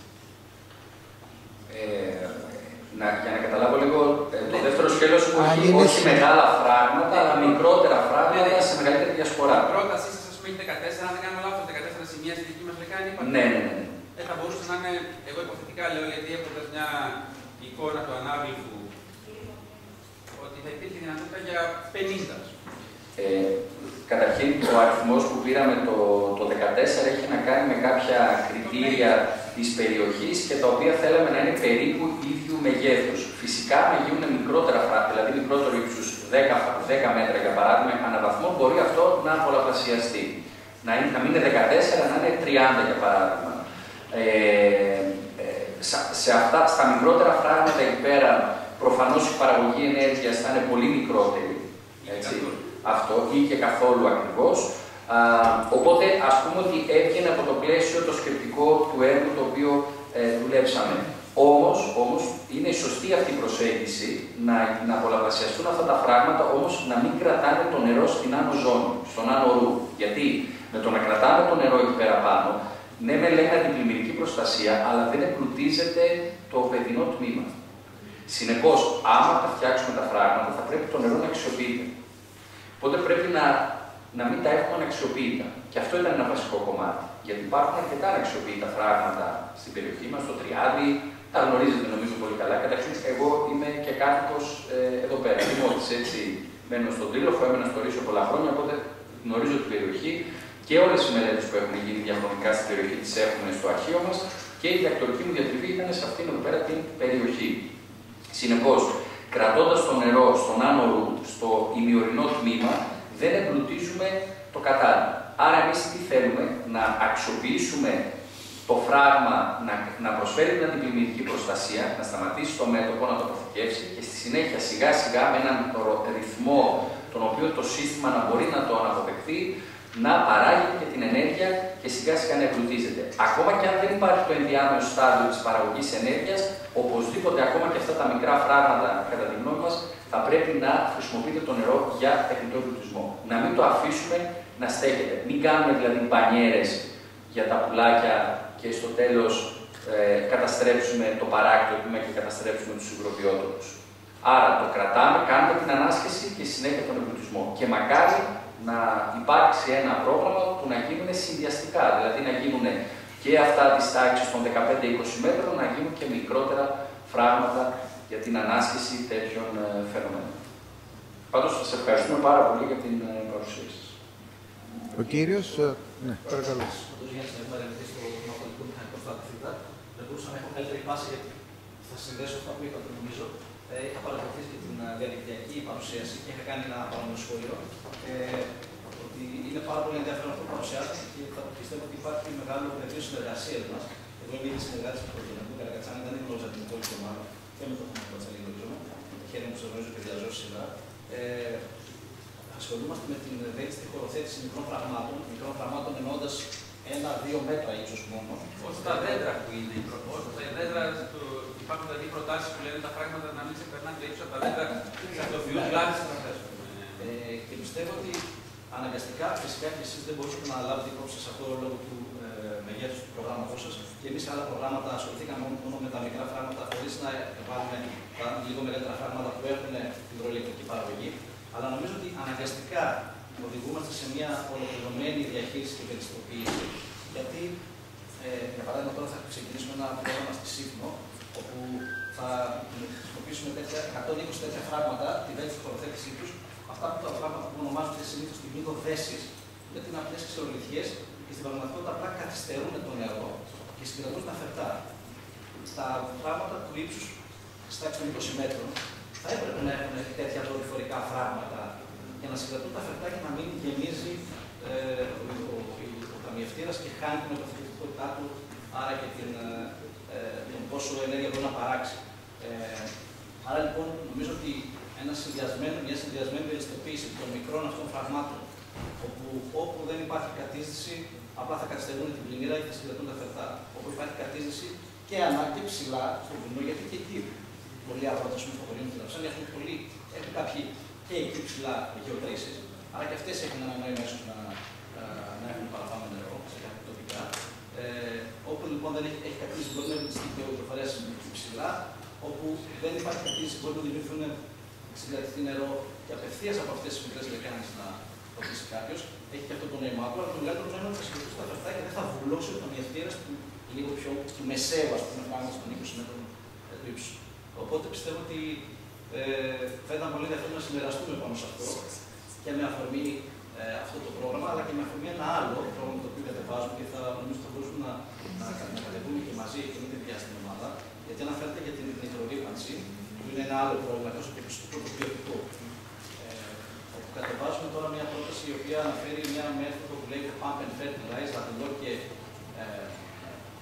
λιπαίνο, γιατί μέχρι στιγμής όλοι στην Ελλάδα, στις περισσότερες περιοχές, έχουμε έτσι καλώς υψηλά ποσοστά νητρικών, με αυτά ποτίζουμε, αλλά δεν τα λαμβάνουμε υπόψη, γιατί δεν γνωρίζουμε, δεν τα λαμβάνουμε υπόψη για να μειώσουμε την ποσότητα του λιπάσματος που αγοράζουμε και που εφαρμόζουμε, γιατί δεν έχουν γίνει πειράματα ανάλογα. Έτσι λοιπόν, σε αυτό το πρόγραμμα προσπαθούμε να λαμβάνουμε υπόψη διάφορες καλλιέργειες, διάφορες περιοχές στην Ευρώπη, παράδειγμα την πατάτα στην Ισπανία, το καλαμπόκι στην περιοχή του Βουλγαρία. Να δούμε πόσο από αυτά τα νητρικά που υπάρχουν στο υπέδαφος, από τις γεωτρήσεις, μπορεί να παραλάβει κάθε φυτό σε κάθε περιοχή, βέβαια είναι διαφορετικό, έτσι ώστε να μειώσουμε το ποσοστό του λιπάσματος που εφαρμόζουμε, που έχει και περιβαλλοντικό όφελος και όφελος στην τσέπη του αγρότη. Άρα, νομίζω ότι είναι ένα δεύτερο πεδίο στο οποίο θα μπορούσαμε να συνεργαστούμε και θα παρακαλούσα μετά να κάνουμε κάποια συζήτηση και μετά την υποκλήρωση για να το συζητήσουμε και περαιτέρω. Ναι, καταρχήν ευχαριστούμε πολύ και για την παρουσίαση. Είναι σημαντικό να ακούγεται ότι υπάρχει ερευνητική δραστηριότητα και ότι ένα επίσης θετικό, προφανώς και αποδεχόμαστε κάθε πρόσκληση για συνεργασία και δείχνει έτσι και τη σημασία αυτών των εκδηλώσεων. Να πω λίγο το εξής, ότι με την προσέγγιση του μηχανικού στο 1, 2, 3 μέτρα μιλάμε για αναβαθμούς, όπου είναι πολύ σημαντικό και είναι ένα κομμάτι το οποίο θα λέγαμε το επόμενο στάδιο στη μελέτη εφαρμογής οπωσδήποτε πρέπει να ληφθεί υπόψη η στερεομεταφορά, δηλαδή τα φερτά που μεταφέρονται μέσα στα φράγματα και πλέον υπάρχει και η τεχνογνωσία για να γίνουν τέτοιες ας πούμε δομές, να υπάρχει ένα φράγμα, ένα προφράγμα, οπότε να λειτουργεί. Επίσης διάβαζα ένα άρθρο εχθές που έλεγε ότι το 2050 δεν θα έχουμε άμμο στον πλανήτη γιατί ξοδεύεται η άμμος. Εντάξει, αυτό είναι καταστροφολογία, παράγεται συνεχώς άμμο, άρα και από τα προφράγματα μπορούμε να παίρνουμε αυτό το υλικό, το λεπτομερές και να χρησιμοποιείται και για τις οικοδομικές ή όποιες δραστηριότητες για τις υποδομές. Άρα, ουσιαστικά, εμείς αυτό που πρέπει να κάνουμε στην εποχή μας είναι λιγάκι να μιμηθούμε ξανά τη φύση. Να επιστρέψουμε δηλαδή στον τρόπο που λειτουργεί, να την μιμηθούμε ίσως με μεγαλύτερο σεβασμό και να βλέπουμε συνολικά όλα αυτά εδώ πέρα τα προβλήματα. Άρα υπάρχει αυτή, θα λέγαμε, η πρόβλεψη για αυτούς τους μηχανισμούς. Εμείς δεν το μελετήσαμε αυτό εδώ πέρα, τους μικρούς αναβαθμούς στα ανάδυ των φραγμάτων, όμως θα το βάλουμε μέσα στα συμπεράσματα του έργου ότι αυτό είναι απαραίτητη προϋπόθεση για τη λειτουργία αυτών των φραγμάτων. Θα τα πούμε νομίζω και μετά με τη λήξη της ημερίδας. Ωραία, υπάρχει κάποια άλλη ερώτηση, διαφορετικά ολοκληρώνουμε. Ωραία. Ευχαριστούμε πάρα πολύ.